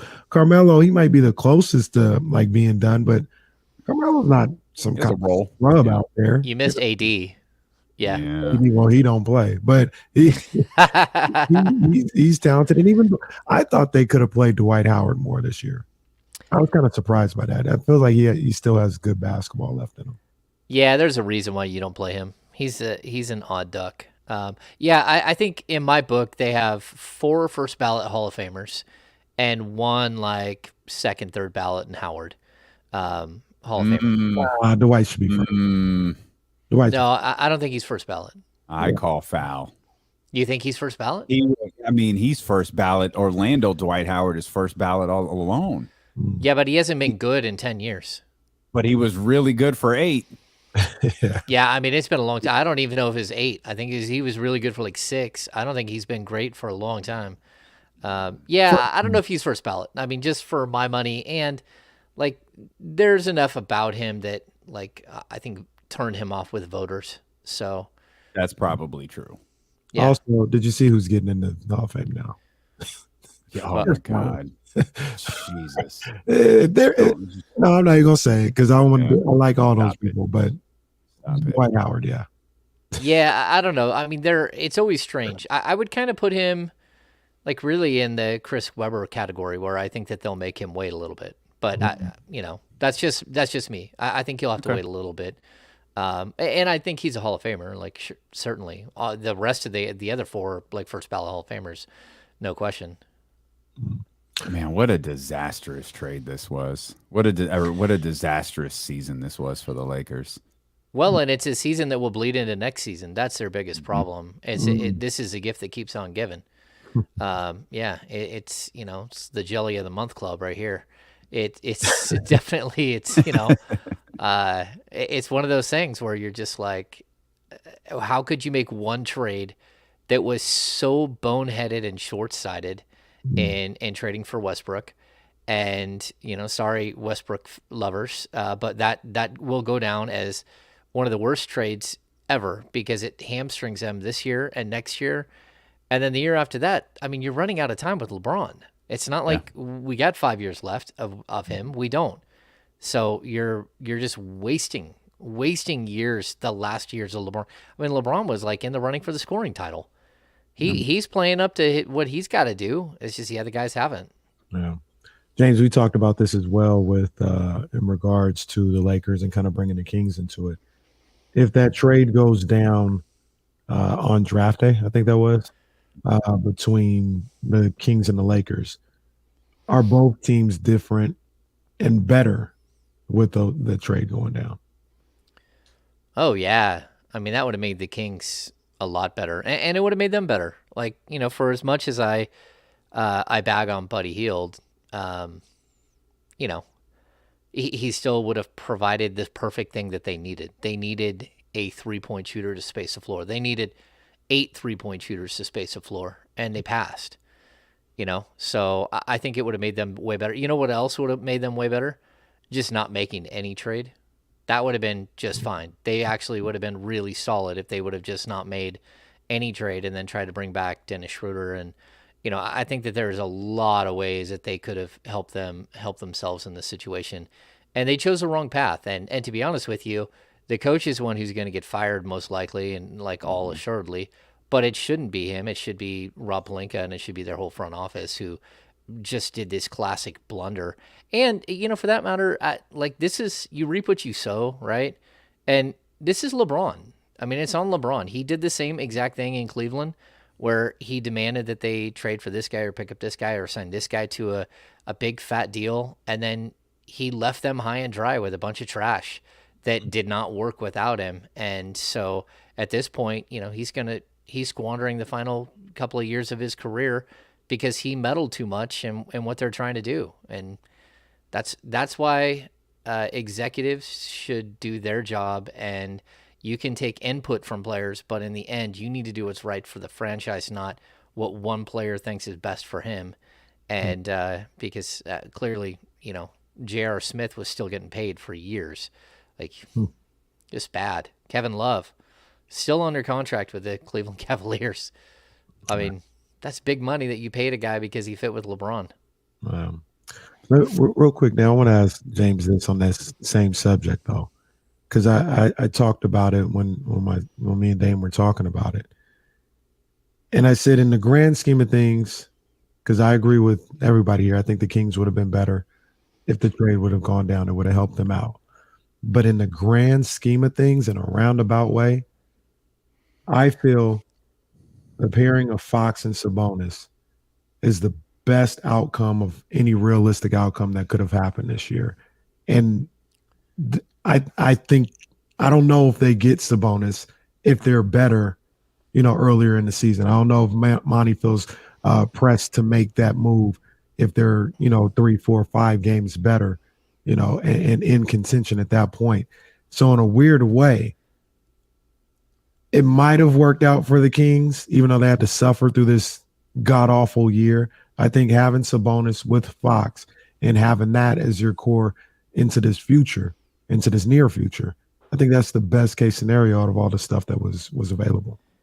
I mean, you might be right, and it's tough to. I mean, it's not like you can piece things together and say, okay, well, they could have done this and this and this, because Kuzma is one of those guys that would absolutely fit perfectly with the other guys that they have on the roster, the current roster now.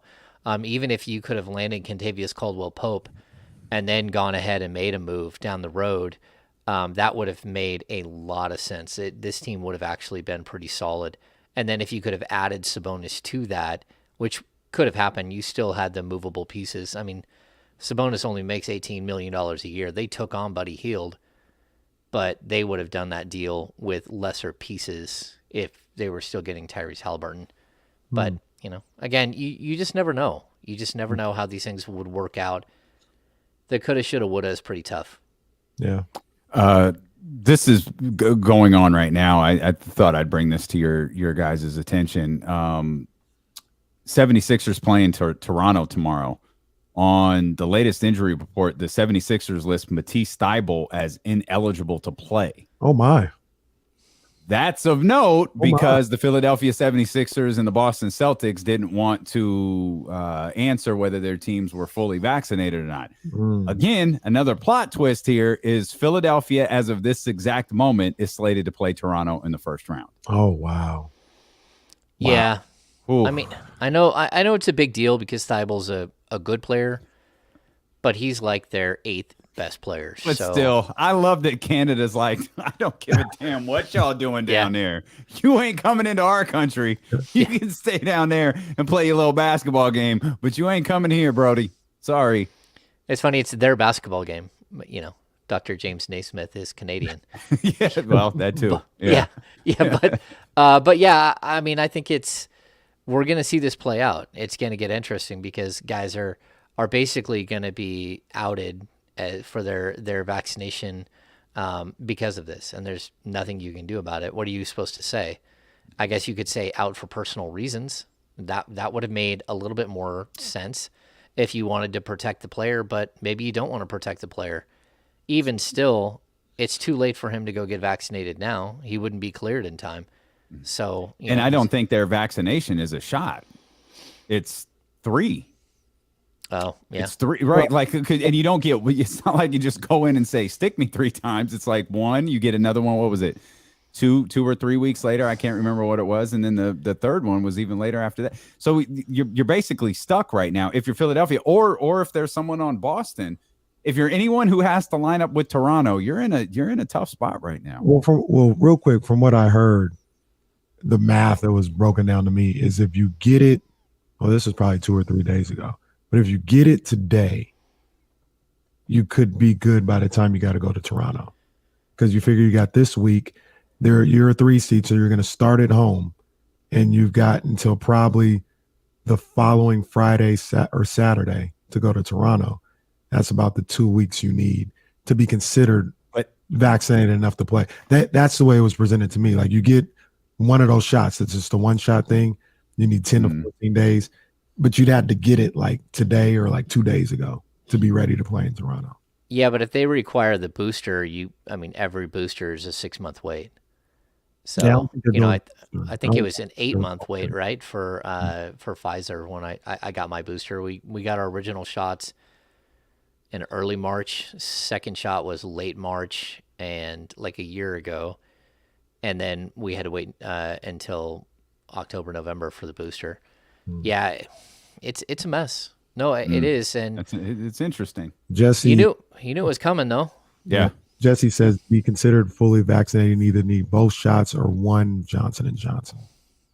So that doesn't include the booster. Okay, that's interesting. We knew it was coming with Toronto making the, Toronto being in the playoff picture and all that. We knew that this was coming in some way, shape, or form because they don't have the same. Hey, come on in. We'll figure it out later. That's not the way that they ride there. We'll come back. We'll talk more. Toronto. If you think I'm here to God damn it on that. We'll come back. We'll talk more with James Ham about the Sacramento Kings and about the NBA as D-Lo and Casey continue on Sacramento's #1 sports station, ESPN 1320.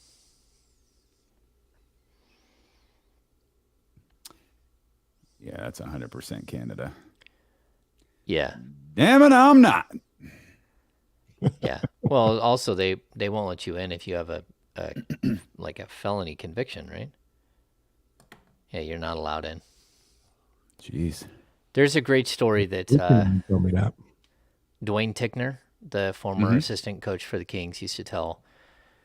He had a game when they were in North Dakota. I think he was coaching North Dakota. They had a game in Canada, and they got like a mile before the border. And they had a guy on his that they had a guy on their team that had a felony, and he wasn't allowed to go in. So they snuck him underneath the bus with the luggage. Oh my! And drove across the border with him hiding in the luggage. And then they got up there. They played. Tickner said.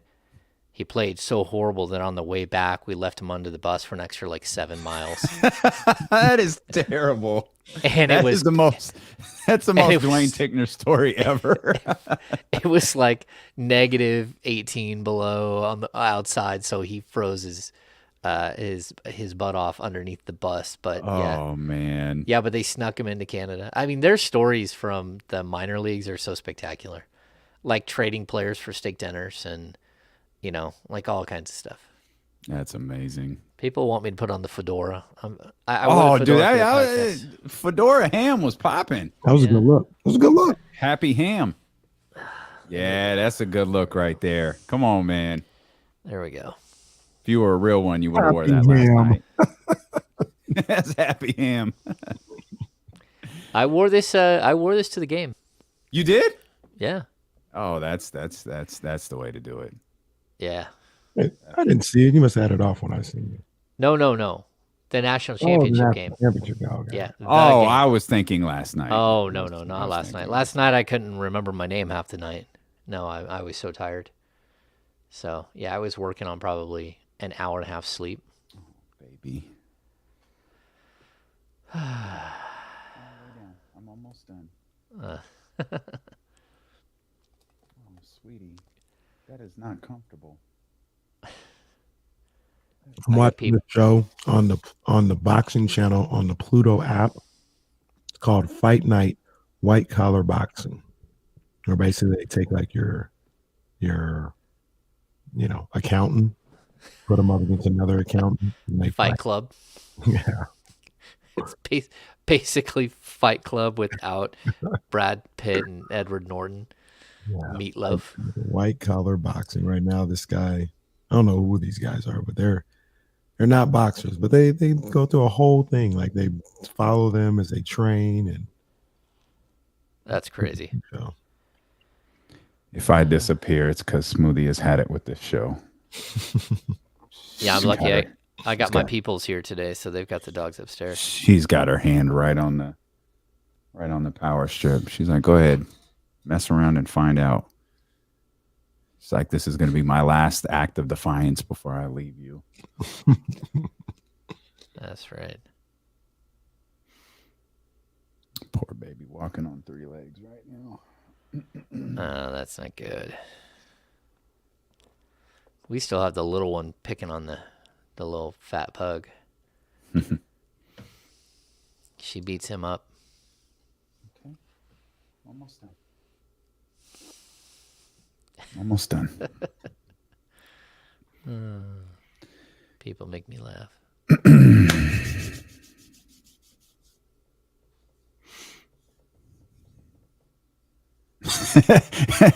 How does James look switch so damn much by switching hats? That's awesome. Yeah. That's awesome. I definitely am a comfort guy. Like during the summer, I'm in shorts. I don't wear shoes most of the time. Flip-flops.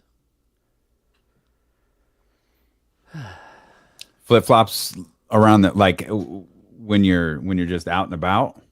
Oh, I wear flip-flops the whole summer. Dad and I have these, coming back. these cool summer shoes.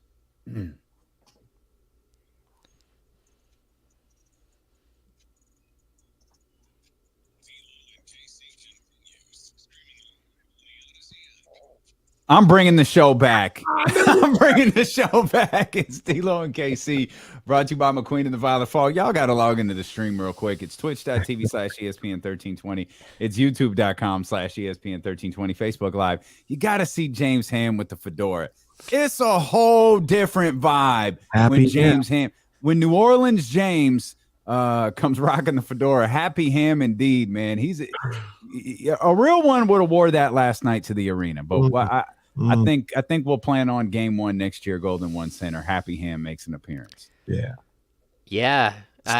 Like we'd have to put some sort of like some game up. Like if they add 4 players or something that could change the outcome of this next season, I'll wear it. Damn, 4? Yeah. They need 4? Yeah. Look, first of all, Ham does not know why we call him Happy Ham. It's a wrestling. He doesn't. It's Yeah, I don't. Yeah, it's okay. Yeah, spot on. And also that goes into what I derailed the show with, or derailed the plan of the show with, and we spent like an hour and a half talking about. And I want to ask you, Ham. Uh-oh. I had a bit of. Would you consider this an epiphany, Davion? Yeah, it was kind of an epiphany. Yeah. I sat here and I thought of, what was going on in 16 years and all this other stuff.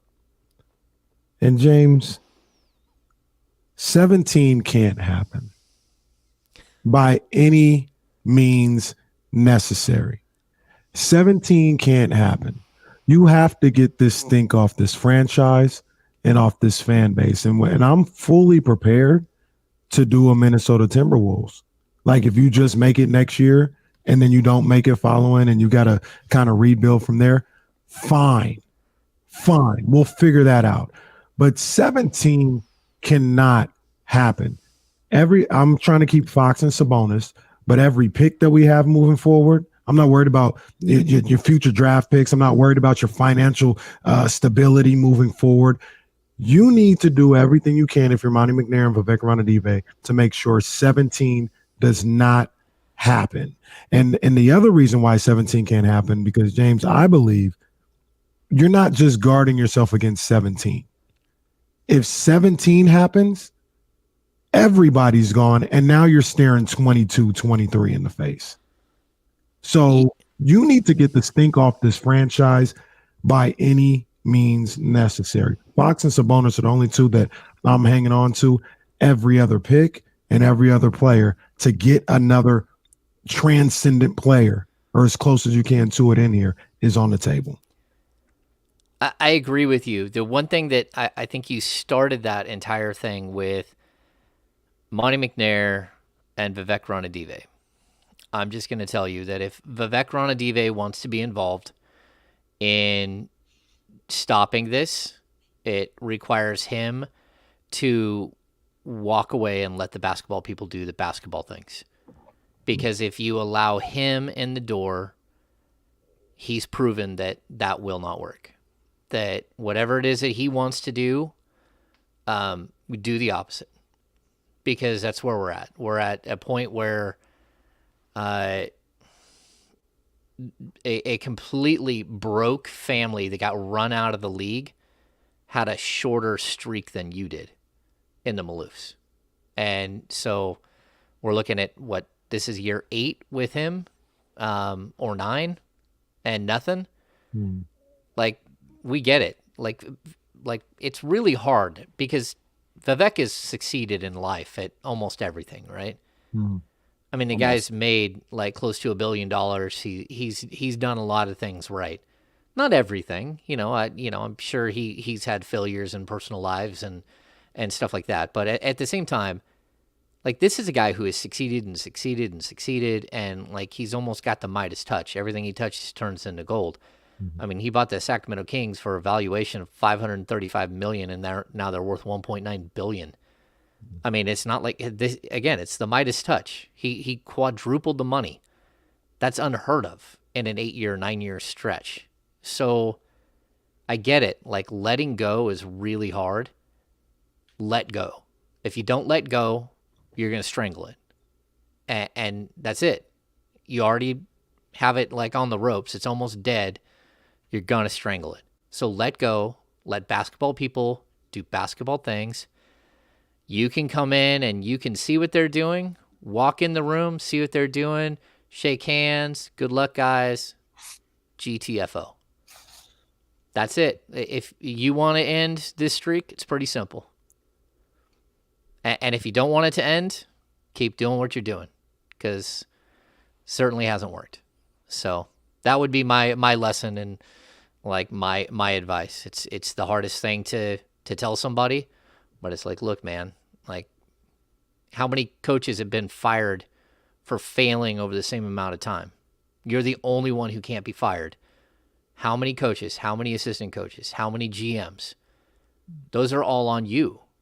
Those are your decisions. Like, back away from it. Let somebody else do it. And I think one of the things that I'm concerned about heading into what I think will be a coaching search is I'm confident in one way or another, Doug Christie is going to be a part of that search. And Doug is Doug's our guy. Yep. But he's already been pegged as Vivek's guy. Whether that's accurate or not, whether it's fair or not, he's already been pegged as the owner's hire, which means if we go through this coaching search and Doug Christie gets the job, everyone's automatically going to think, oh, Monty's not even running this team. We're screwed. Not even, and that it's not even going to have anything to do with Doug Christie. It's just Doug happens to be the guy who was pegged as Vivek's pick. And he's already starting behind the 8 ball. And we're already going into this offseason, or we're already going into the next phase of this offseason going, Vivek is doing what Vivek does. We're screwed. Yeah, I mean, I think that's the biggest issue that you have with Doug. I mean, again, Doug is my guy. Doug is my friend. I want to see him succeed. And he's put in a weird situation because, to no fault of his own, by the way. No. And if there's a coach that comes in and they say, hey, look, you're going to have to take on Doug. Doug's going to be part of your coaching staff. I think any coach can walk in, can sit down with Doug Christie, and Doug can explain what Doug does, and they're going to believe Doug. He's one of the most genuine people you'll run across, and he's honest. And so I think he's got an opportunity to stick around and like make sure that he, he's a guy that can help. He can help bring along the young players. And if you do, for some reason, make him the coach, then it just has to be with specific rules in place. And that would be my problem. Rule number 1, he has to have like a $5 million budget to go get a coaching staff and a training staff and a whatever. He's got to have an unlimited budget to bring in the best of the best of the best. And that means he needs a right-hand man that is a seasoned, an Alvin Gentry type, a seasoned pro. Yeah. But then he needs a top-tier offensive guy, a top-tier defensive guy. If Rico Hines is the answer, Rico's fine. Give Rico the tools to bring in more people. If the training staff is right, that's fine. If not, make moves with the training staff, the medical staff, whatever it is you've got to do to get this thing right, do it right now. Like, this is it. We can't keep seeing the same thing. Again, we talked about this the other day when we brought up the Will Z-stat. 24 assistant coaches, that speaks so much louder than how many players or how many executives or how many head coaches. You had head coaches switching out their entire coaching staff except for one or two players every year. That's just not conducive to winning. It's just an absolute train wreck. And almost every single one of those is in the Luke Walton era, because Dave Yeager's people, they were with him the whole time. Like, none of those guys left. So we're talking about 24 assistant coaches in 3 years, and they didn't even replace Alvin Gentry when he moved up to the next spot. It could have been 25. It could have been 26. I mean, you lost coaches here. It's crazy. Do you think that, from your sense of talking to people and talking, people in that front office and in the building, do they have that same sense that I just laid out, that 17 can't happen? Everybody wants to do it. I know everybody wants to end it, but it's different when it's like, by all means.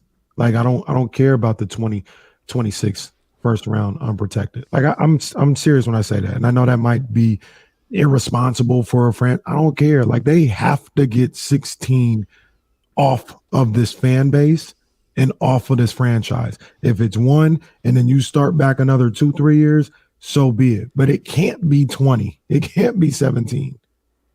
I think the problem that you have with that mentality is that is the same mentality they've walked in like the last 5 off seasons with.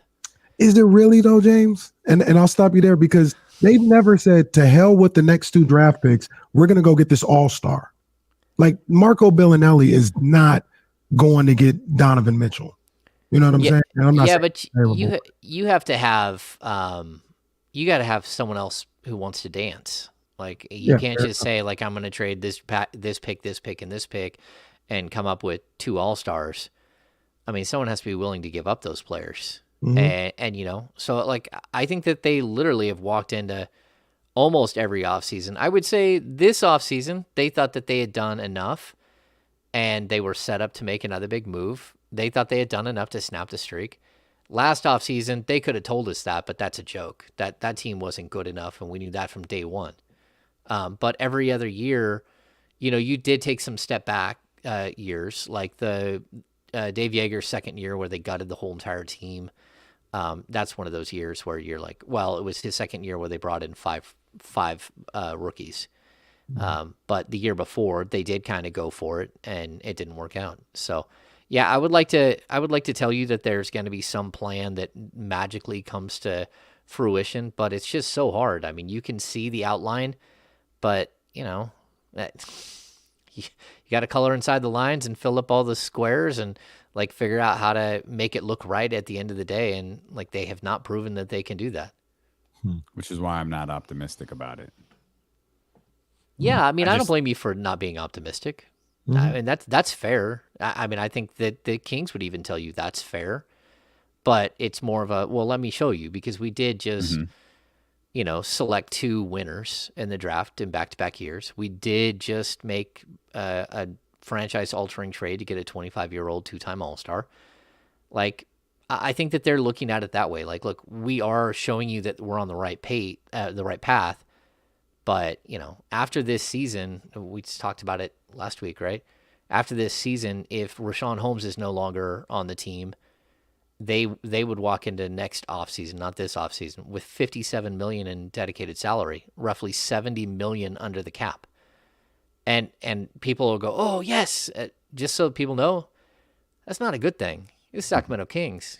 You're not getting to, like, top level LeBron and Dwayne Wade aren't plotting to come to Sacramento. Yeah, they ain't taking their talents to. Yeah, the capital of California. Yeah, I don't even know what you want to call it. Yeah, The they're city not of taking their trees. talents here to the city of trees. There we go. City of trees. Yeah, they're not doing that. Yeah, so I mean, that's even worse. That's a situation where, I mean, you have to take advantage of your assets, and right now their assets coming into this offseason to $40 million in expiring contracts yet again. A bunch of first-round picks. Take advantage of it. You got one or two young players that someone else might want. Someone else might look at Davion Mitchell and say, he needs to be my starting point guard. Okay, well, what does that look like? And so, like, look, I think they need to be open to just about everything, but they do have to build it for right now, because if they don't have it built by the end of this season, then is Sabonis going to stay? And that's a problem. Yeah, and that's where I get the whole thing about 17 isn't just 17. 17's 20, 21. Because if they don't make it again, Sabonis is probably gone. Fox probably asked out.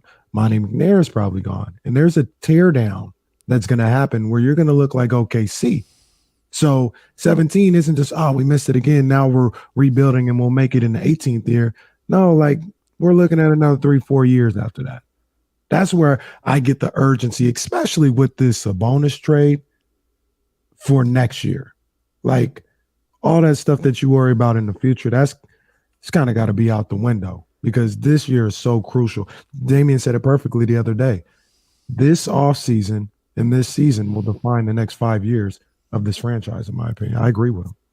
Yeah, I mean, well, look at how this could play out again. Like, if you get Monty McNair the option to hire his own coach right now, he should do that with the understanding that 3 or 4 year contract, that he's the one who's going to be here for that. But that's not the way it's worked out. It's not the way it worked out with Malone. It's not the way that it worked out with Carl. It's not the way that it worked out with Yeager. It's not the way it worked out with Walton. You hire a GM, he hires a coach, the GM gets fired, the coach still has too many years left on his deal, so he comes back for, you got to get a GM that's willing to take on the team with the coach that you have in place. Like, this is a perpetual cycle of ineptitude. And that in itself, that one thing right there, how they keep having the coach and GM mix up, like, that is on one person. That is on one person. And so you got to let these things play out. Like, whether Monty McNair is the answer or not, I still don't think we know. And I think we knew that Vlade Divac wasn't the answer. But if the bubble never happens, Bogdanovic is back with the Kings, last season. Maybe a couple other pieces are back with the Kings last season. And we could be looking at like a second year of the playoffs. Like, all of these little things, all of these little misses, they compound, and you just keep making the same mistakes. It literally is a definition of insanity. You just keep doing the same thing and expecting something different. It's not the definition of insanity, but that's fine. That's a conversation for another time. Is there a player, and I think you had an opportunity to see some of them at, let's say 1, 2, 3, 4. That's a game like that. That's a franchise changer. Like that influences the franchise immediately. Yeah, I think number 1 and number 2 and probably number 3 are all. We had this discussion on the podcast today, me and Brendan made a really good point. He said, if you landed Chet or you landed Jabari or you landed Paolo Banchero, any one of those 3, they are better than what you have at the power forward position right now. So just drafting one of those 3, if somehow you got into the top 3, it would already mean an improvement in year 1. Mm-hmm. But it would also mean that year 2, year 3, year 4, you have the ability to get much better, right? And, that's no disrespect to Chimezie or to Trey Lyles, but like Chet Holmgren, Jabari Smith, and Paolo Banchero are all better. They walk into the league and they're not only higher ceiling, but their floor is equal to or better than what you already have. And so you can make improvement just by getting those. those three players. And people who don't believe in Chet are crazy. I mean, he's going to be one of the best defensive players in the league coming into the league. I mean, he's an absolutely incredible defender, and we aren't even seeing the tip of the iceberg on what he can do on the offensive end because that's not what they're asking him to do. So, and I like watching Banchero in the finals. At the Final Four, the biggest takeaway for me was not that he's so incredibly talented and the skill set is just like I don't think it's a perfect fit for the Kings, but I mean, still, he's absolutely a tremendous basketball player. It's that they went up against a couple of big guys and got their starting centers in foul trouble right away, right? So Mark Williams was out of the game, and then they brought in their backup center, and he ended up with 4 fouls in the first half. Paolo Banchero went over and slid to the 5 and played spectacular position defense and didn't even pick up his first foul until like midway through the second half. Like that's what you're looking for in games like that. It's not like how many points can you score. It's how good are you under pressure when things go wrong and you're asked to do something you're not comfortable with. And I thought he was tremendous. Where I think some of the other guys, a guy like AJ Griffin just completely fell apart, and all of the things that he's good at fell apart. But he couldn't even step up and do something outside of his normal. He couldn't do anything, and we saw some of the other guys step up. But yeah, I definitely think like Banchero still makes me think of a player with an unlimited ceiling. And again, you're always going to worry about fit with him, but that's okay. Like I thought he was really good overall, and I think those guys are game changers. Hey James, if you can just take a moment to explain to the people why you agree with me that Tim Duncan is slightly below Davion Jones on the top 75 list. I mean, if you see what Davion Jones is doing, I don't think Tim Duncan can do those things. I love what Davion Jones has been doing. I think the cool thing is, like, look, when you get an opportunity in the NBA, you have to take advantage of it. Like we've seen so many times, like go back to like guys like Malachi Richardson. He gets his little bit and you're like, oh man, Malachi's got something. And then he tears his hamstring and he's never the same player and he's out of the league. Like when you get an opportunity, you got to show out. You got to be present. You have to be ready. You have to play within yourself. You have to be forceful. And, I'll keep throwing, like look at Davion Mitchell's stats and they're great, but how does it project with somebody else? And I mean, I'll say the same thing about Davion Jones, but Davion Jones has been like, in my mind, he's been a bigger surprise in the last 10 games than Davion Mitchell has. Just everything that he's been able to do. And I really like his potential moving forward. He's 26. I mean, it's not like he's a young kid, but there's no reason why if it's not with the Kings, he needs a 2 or a 3 year deal in the league. Like he should be a backup center for somebody. And he can do just about everything you need him to do as a backup center. And he gives you something different. He's such a good kid. He's such a hard worker. And so for me to watch somebody really get it and have one of these moments, does he rebound perfectly every time? No. Like, does he make mistakes? Sure. But like out of everybody, he's been the one constant that he's been tremendous. And like, I hope that he's back next season. I don't know if he will be just because of the way that, the salary's built and you still have Alex Len on the roster and you still have some of the, you still have to worry about what's going to happen to Mias Queta. But Davion Jones is a guy that I think every team in the league should look at and, think, yeah, I can fit him in. What's the biggest thing?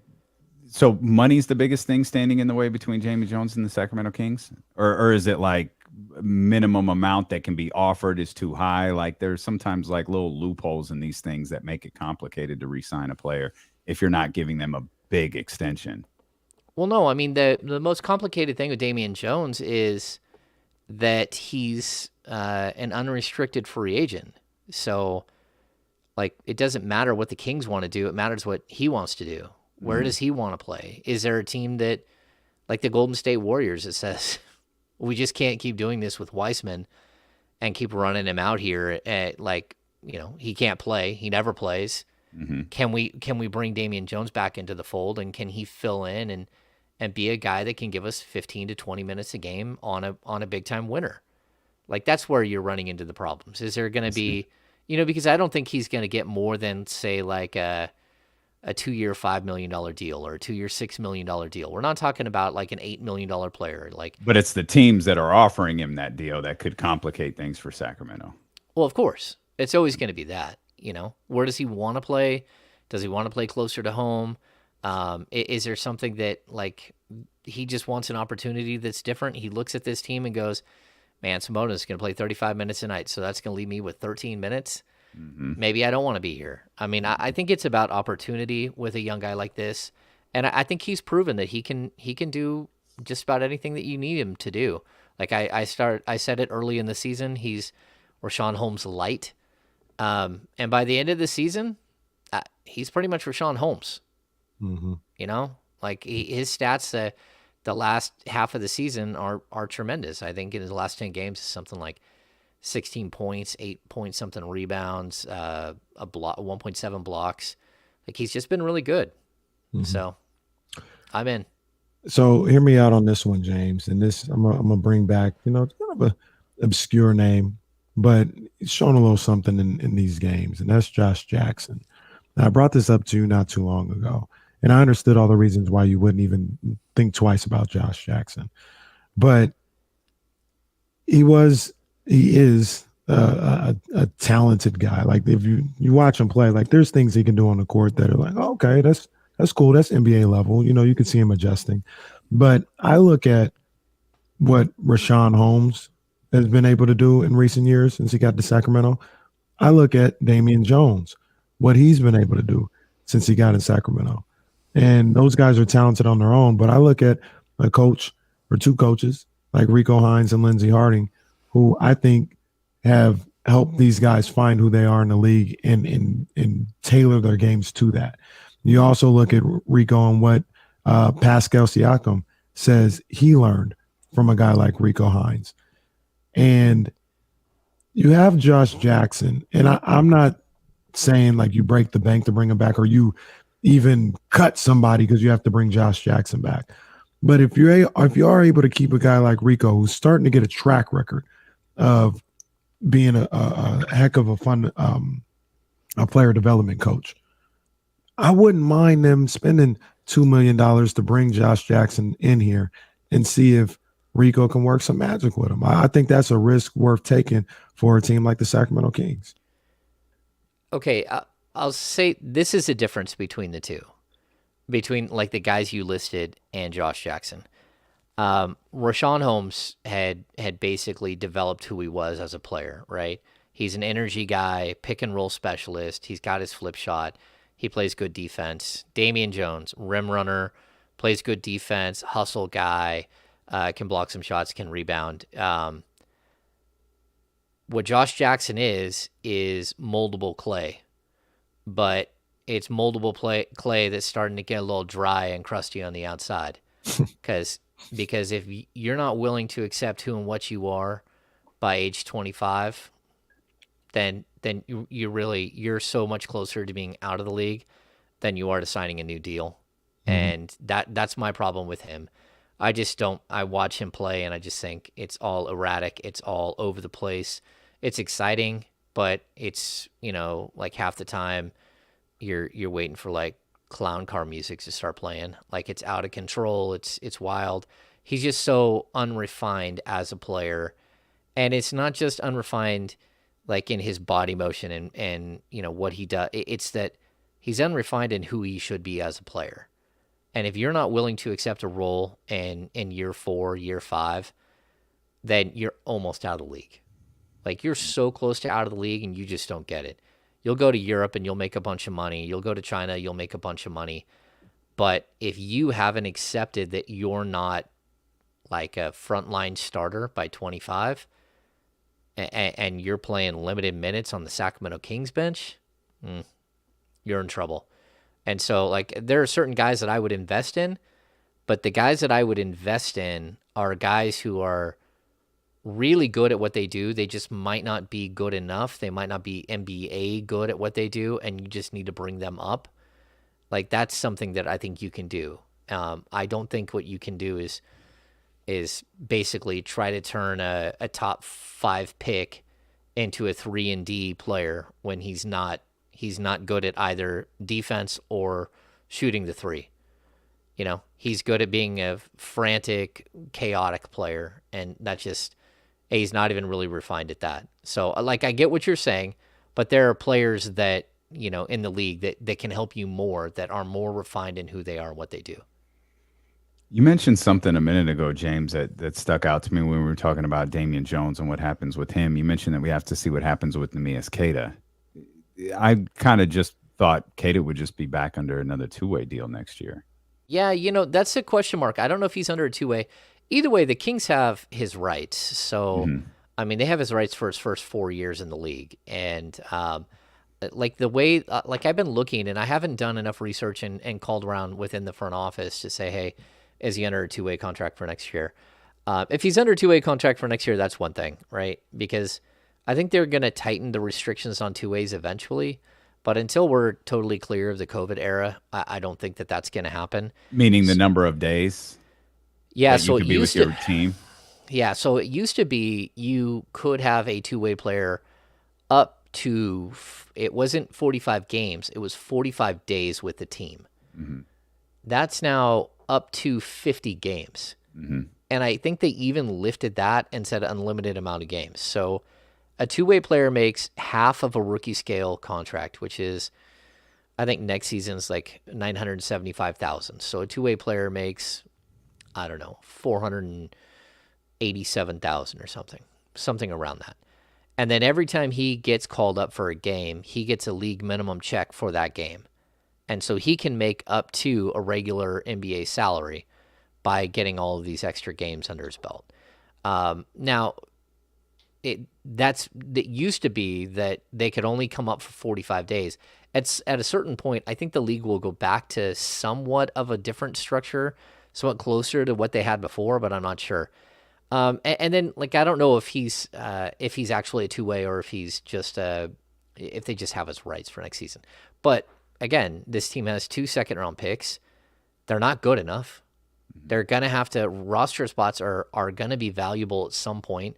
If you can't make the necessary changes, like through the draft, through trades, through free agency, then you have to start looking at options like taking on players from other teams to get draft picks, and so you might need roster spots. I think he'll be here, and I know the Kings do like him, but they like him so much they played him 10 minutes in the game last night, and they didn't play him at all on Sunday.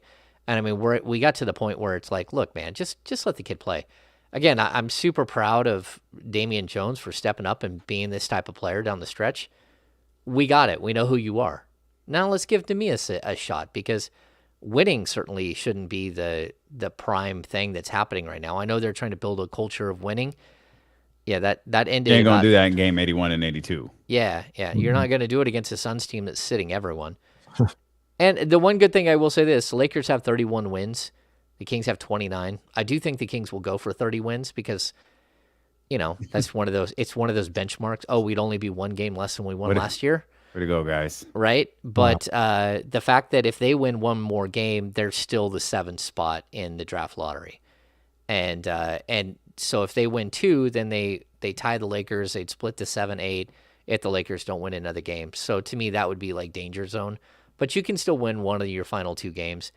And so I expect them to try to win one because of the fact that, you know, they're in this sub 30 win season. But yeah, it's a mess. That's amazing. We're only one win away from where we were last year. We played 10 more games, but we're only 1 win away. Jeez, how depressing. Yeah. Something that wasn't depressing, James, was the national championship game, man. How was that? Oh, I had the best time. I mean, first of all, New Orleans is so incredibly cool. But the championship game was just amazing.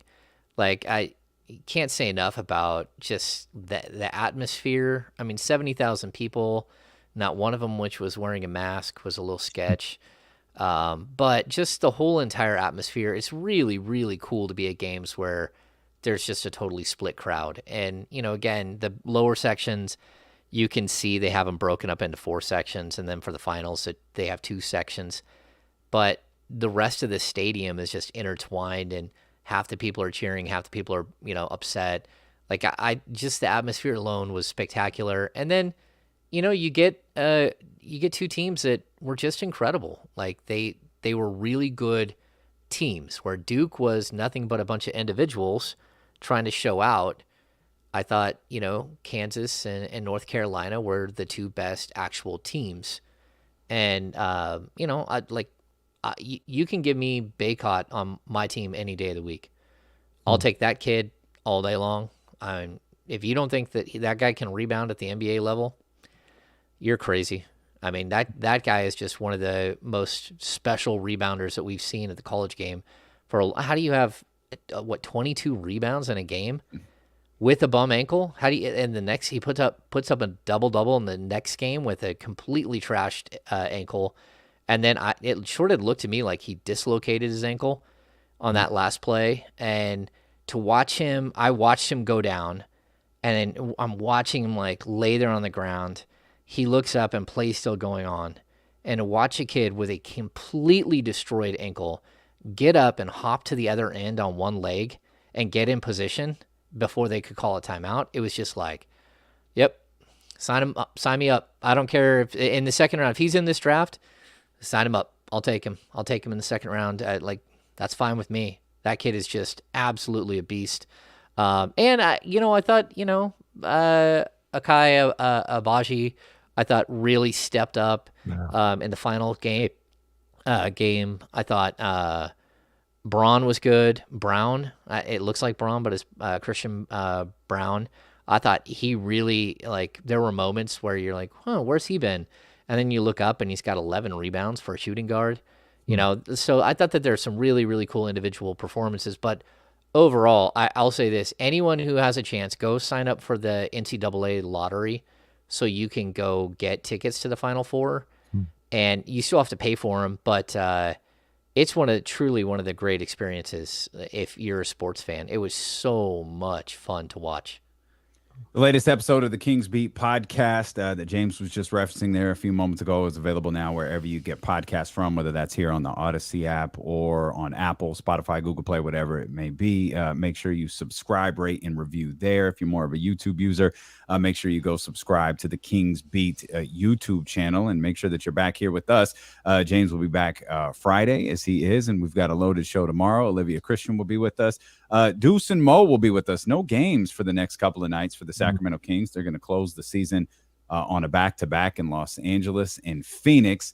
So we've got the time to dissect this season a little bit more, as well as take a look around the rest of the NBA. James, thank you as always. And most of all, thank you for being here with us. If you missed any portion of the show, you can check out the podcast, the D'Lo and Casey podcast, wherever you get your podcast from. And we will see you here tomorrow at noon on Sacramento's #1 sports station, ESPN 1320. Holla. It's a wrap. Dun, dun, dun, dun. So we're going to end the stream for 2 reasons. 1, Jesse wants to get the hell out of the studio and get to Mexico. And 2, I've got to deal with this. I got to deal with this injured doggy down by my feet. So we appreciate you guys, man. Thank you as always. Make sure you hit the thumbs up before you go. I saw it here from David. Yep. Hit the thumbs up before you go, man. We appreciate it. And we will see you tomorrow at noon.